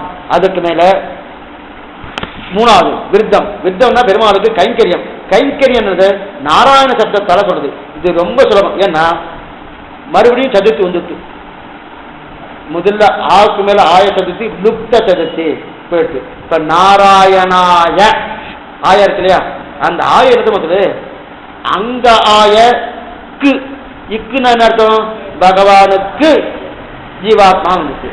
இந்த ஆய என்னதுன்னா இந்த ஆய அங்க பரமாத்மா பகவான் ஜீவாத்மாவும் சம்பந்தம் தெரிஞ்சிட்டு அந்த சம்பந்தத்தால உபாயம் அவன் தான் தெரிஞ்சிட்டு உபாயம் அவன் தான் தெரிஞ்சிருக்க அடுத்து ஜீவாத்மா என்ன பண்ணணும்? அவனுக்கு கைங்கரியம் பண்ணணும். கைங்கரியம் பண்ணணும். வெறுமே கைங்கரியம் பண்ணணும் சொல்ல முடியாது. கைங்கரியத்தை பிரார்த்தித்து தான் பெறணும். எப்பவுமே நேரடியாக நான் போய் இங்க ஏதோ கைங்கரியம் இருந்துருக்கு நான் இது பண்றேன் போக முடியாது. பிரார்த்திக்கணும், பெருமாள்கிட்ட பிரார்த்திக்கணும். அந்த பிரார்த்தனை தான் ஆய. அந்த சதுர்த்திக்கு பிரார்த்தனா சதுர்த்தின்னு பேரு. அங்க சதுர்த்திக்கு லுப்த சதுர்த்தின்னு பேரு. இந்த சதுர்த்திக்கு பிரார்த்தனா சதுர்த்தின்னு பேரு. அந்த சதுர்த்திக்கு சாதத்திய சதுர்த்தின்னு பேரு. இந்த சதுர்த்திக்கு பிரார்த்தனாயாம் சதுர்த்தின்னு பேரு. ஏன்னா ஏன் பிரார்த்திக்கிறான்னா ஆழ்வார் முதல்ல எடுத்தார். முதல்ல ரெண்டாம் பத்துல தனக்கேயாக எனக்கே ஆட்சி எக்காலத்தென்றும் என் மனக்கே வந்து இடவே நின்று வண்டி தனக்கேயாக எனக்குள்ள வீடு எனக்கே கண்ணை யான் கொள்கிறாப்பே நான் கைங்கரியம் பண்ணணும் சொல்லிட்டார். சில பேர்லாம் கைங்கரம் பண்ணுறாங்க. அந்த கோயில் இதெல்லாம் அழுக்கா இருக்கு, இங்கெல்லாம் குப்பையா இருக்கு, இதெல்லாம் குப்பையா இருக்கு, சரியாவே பண்ணல யாரும் பண்ணல, என்னவோ மெயின்டைன் பண்றா ஓன்னு சத்தம் போட்டுருப்பாரு. இவர் போய் பண்ண வேண்டியது. ஏன் போய் பண்ணா என்ன? எல்லாம் அவா சரியா பண்ணல இவா சரியா பண்ணல, நீர் என்ன பண்ணீர்? ஒண்ணுமில்லை. அந்த மாதிரி கைங்கரியம் பண்ணணும் சொன்னா புரியாது. கைங்கரியத்தை பிரார்த்திக்கணுமே, முதல்ல பிரார்த்தித்து பண்ணுமே. அந்த ஆழ்வார் முதல்ல கைங்கரியம் பண்ணணும்னு ஆரம்பிச்சார். தனக்கேயாக எனக்குள்ள மீது எனக்கே கண்ணனை யான்கள் திரு எம்மா விட்டு திறமம் கைங்கரிய பிரார்த்தனை எம்மா விட்டு திறமம் செப்பும் செம்மா பாதபரை. இது ஆச்சரியமான பதிகம், திருவாய்மையிலே உயர்ந்த சாரமான பதிகம். அப்படிப்பட்ட பாசனம் 2ஆம் பத்து 9ஆம் தெரிவிக்கிறார். எம்மா விட்டு திறமம் செப்பும் என் செம்மா பாதபத்து தனதே தொல்லை கைமா துன்பம் கடிந்தவிரான அம்மா அடியேன் வேண்டுவது இதில் பிரார்த்திக்கிறார். அது ஒரு பாத்திரம். எனக்கே ஆட்சி எக்காலத்தென்றும் என் மனக்கே வந்து இடவீடிந்து பண்ணி தனக்கேயாக எனக்குள் மீதே எனக்கே கண்ணனை யான்கொள் சிறப்பே. இது எம்மா வீட்டில் எம்மா வீடுன்னு சொல்லுவார் இந்த பாட்டை. எம்மா வீடு உயர்ந்த பாசனம். அந்த எம்மா வீட்டுக்குள்ள இந்த பாட்டு இருக்கே தனக்கேயாக எனக்குள் மீத பாசனம். எம்மா வீட்டில் எம்மா வீடு நம்பியில் ஈட்ட எடுத்திருக்காரு. எது சொல்ல வந்தனா அப்ப இதை பயங்கர பண்ணணும்னு பிரார்த்தித்தார். பிரார்த்திக்கணுமோ 3ஆம் பத்து வந்தது ஒடிவில் காலம் எல்லாம் உடனாய் மண்ணி வடிவிழா அடிமை செய்ய வேண்டும் நாம் திருவேங்கடத்து எழுதல் சோதி எந்த தந்தைக்கன் பிரார்த்தித்தார். இப்ப நாம என்ன பண்ணோம்? முதல்ல சம்பந்தம் ஞானம் தெரிஞ்சிட்டு சம்பந்தம் நீதான் உபாயம் தெரிஞ்சிட்டு இப்ப பிரார்த்தனை வந்தனே நாராயணாய அதான் நாராயணாய். அப்ப என்ன சொல்றாரு? நாராயணாய். அந்த அகார வாசனம் பகவானுக்கு அப்படிங்கிறார், ஒளிவில் காலம் தெரிவிக்கிறார். ஆனால் இப்படி இல்ல, நாராயணுக்காகத்தான். அப்படின்னா நாராயணன் பொருட்டு தான் நாராயணுக்கு கைங்கரியம் பண்ண வேண்டும் அப்படின்றார். இந்த இடத்துல கொஞ்சம் நன்னா எடுத்து பாருங்க. அகார வாசன பகவாத்மாவுக்கு மகார வாசன ஜீவாத்மா அவனவே பிரயோஜனமாக கொண்டான்னு சொன்னா இல்லையா? இப்ப இந்த முதல்ல அறிவு வந்துட்டு நமக்கு அவனுக்கு இந்த அனன்யார சேஷம் வந்துட்டு அவனே தான் உபாயம் வந்துட்டு உபாயம் வந்தோடனே அந்த பகவான் தான் சரண்யன் தெரிஞ்சுட்டேன். அவன் திருவிடி தான் பத்தனம் தெரிஞ்சேன். இப்ப சரணாதி அனுஷ்டித்தாச்சு அஜீர்ணம் போயிடுச்சு. சரணாதி அனுஷ்டித்தாச்சுன்னா அஜீர்ணம் போயிடுச்சணும். இப்ப அஜீர்ணம் என்னது? அனிஷ்ட நிவர்த்தி போயிடுச்சுன்னு அர்த்தம். இஷ்ட பிரார்த்தி கிடையாது. இஷ்ட பிரார்த்தி இது கைங்கரியம். இஷ்ட பிரார்த்தினா காரு பங்களா இல்லை. இஷ்ட பிரார்த்தினா கைங்கரியம் தான். இங்க இருந்தாலும் கைங்கரியம் தான், அங்க போனாலும் கைங்கரியம் தான். நேற்று தான் பார்த்தோம் இல்லையா? இங்க இருந்தா கோனேரியில் தீர்த்தமாடி திருவேங்கடபடியான கைங்கரியம் பண்ண வரேன். அங்க போயினா விரஜையில் தீர்த்தமாடி ஸ்ரீவேங்கட கைங்கரியம் பண்ண வரேன்னு தெரிவித்தார். இங்க இருந்தாலும் ஒருவேளை ஸ்ரீவேங்கடம்னா ஓகே ரம்பாத்திராத்மா ஊர்வசிலாம் எதுவும் ஆடுவாரா அப்படின்னா நாட்டிய கச்சேரிலாம் அதெல்லாம் ஒன்றும் கிடையாது. அதெல்லாம் சொர்க்க மட்டத்தில் உத்திரப்பட்டினத்தை அங்க போனா அந்த சுவாஸ்வதமான ஆனந்தம் ஊகா ஊகா அகமன்னம் அகமன்னம் அகமன்னம் அகமன்னாக இங்க எத்தனை கைங்கரியங்கள் இருக்கு. அப்ப இந்த நிலை வந்து இல்லையா? அப்ப இதை கைங்கரியம் தானே பண்ணணும்னா அப்ப நாராயணக்காக ஆகணும், கைங்கரியம் பண்ணணும். அவ்வளவுதான். இல்ல அவனுக்காக பிரயோஜனம் இல்லை, அவனுக்கே அப்படின்னு அவரோடு சம்பந்தப்பட்டவனை தெரிஞ்சு கொண்டேன். அவனையும் உபாயமாக பற்ற வேண்டும் என்று புரிஞ்சு கொண்டேன். அவருக்கு அடிமை செய்யணும்னு தெரிஞ்சுட்டு இப்ப என்ன பண்ணணும்? வேற நடக்கணும் சுவாமி. ஒருத்தர் சொன்னார் இவர்தான் அப்பான்னு சொன்னார். ஆனா ரொம்ப சீன திசையில இருக்கார். இவர் நல்லா ஓகோன்னு இருக்கார். அப்பான்னு சொன்ன பிறகு அந்த அப்பா ரொம்ப சீன திசையில ரட்சிக்கணும் பிள்ளை தகுனா சொல்லிட்டு பிரயோஜனம் இல்லையா? அது நான் தான் அவனுக்கு அடிமை அதனால தான் நான் அப்படின்னு சொல்லிட்டு கைங்கரியம் பண்ணாதுல சித்திக்கும். கிஞ்சித்காரன் கைங்கரியம் பண்ணா சொரூப சித்தி ஏற்படாதுன்னு ஞாபகம். நம்ம சொரூபம் எது? சேஷத்துவ பாரதந்திரம். சேஷத்துவம் பாரதந்திரம்னால ஒரு துளியாவது கைங்கரியம் பண்ணதான் சேஷத்துவம் நிறம் பெறும், பூர்த்தியாகும். கைங்கரியம் பெற நான் சேஷத்துடையனா பிரயோஜனம் இல்லை. அப்ப கைங்கரியம் பண்ணணும். அந்த கைங்கரியம் என்ன? பகவான் தேவருக்கு கைங்கரியம் பண்ண வேண்டுமான்னு சொல்லணும் இல்லையா? பெருமாட்ட போயிட்டு சாமி நான் கைங்கரியம் பண்ணணும்னா பண்ணணும் அப்படின்னு பண்ணணும்னா பண்ண வேண்டாமான்னா பண்ணித்தான் ஆகணும். ஏன்னா இவன் எப்படி இருந்துக்கான்னா வெண்டி இப்படி ஏன்னா இதுக்கு ஒரு விஷயம் கைங்கரியம் பண்ண வேண்டாமான்னு கேட்டா இவர் இத்தனை நாள் எப்படி இருந்தார்? வெண்டியே வேண்டி வீழ்வுரைக்கிறங்கி வேட்கனால் கரவிலேயே இந்த வாழ்லாம் நெஞ்சை உடையந்தன எங்கெங்கயோ வாழ்க்கையில் இப்படி இருந்தார். இனிமே அந்த வாழ்க்கைலாம் போயிடுச்சு. தேவர் இருந்து அந்த கைங்கரியத்தை கொடுத்தாலும் வேணும் பிரார்த்திக்கணும் இல்லையா? இத்தனை நாள் எங்கேயோ இருந்தான். இன்னைக்கு சம்பந்த ஞானம் ஏற்பட்டது.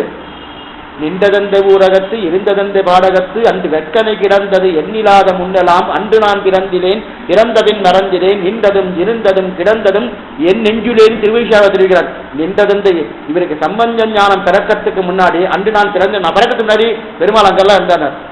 எங்க இருந்தானா ஊரகத்திலையும் திருவூரகம் பாடகம் நின்றதந்த ஊரகத்து இருந்ததந்த பாடகத்து அன்று வெட்கனை வெக்கனை திருவெக்கா 3 திவ்யதேசம் நின்றான் இருந்தான் கிடந்தான் இருந்திருந்தானா. நான் பிறக்கத்துக்கு முன்னாடி இவருக்கு தெரியாதுன்னா ஞான ஜன்மா பிறக்கத்துக்கு முன்னாடி அப்படின்னா அவனுக்கும் அவனுக்கும் சம்பந்த ஞானம் ஏற்படுவதற்கு முன்னாடி, அதாவது ஓங்காரத்தின் அர்த்தத்தை தெரிஞ்சு கொள்வதற்கு முன்னாடி அங்க இருந்தான்.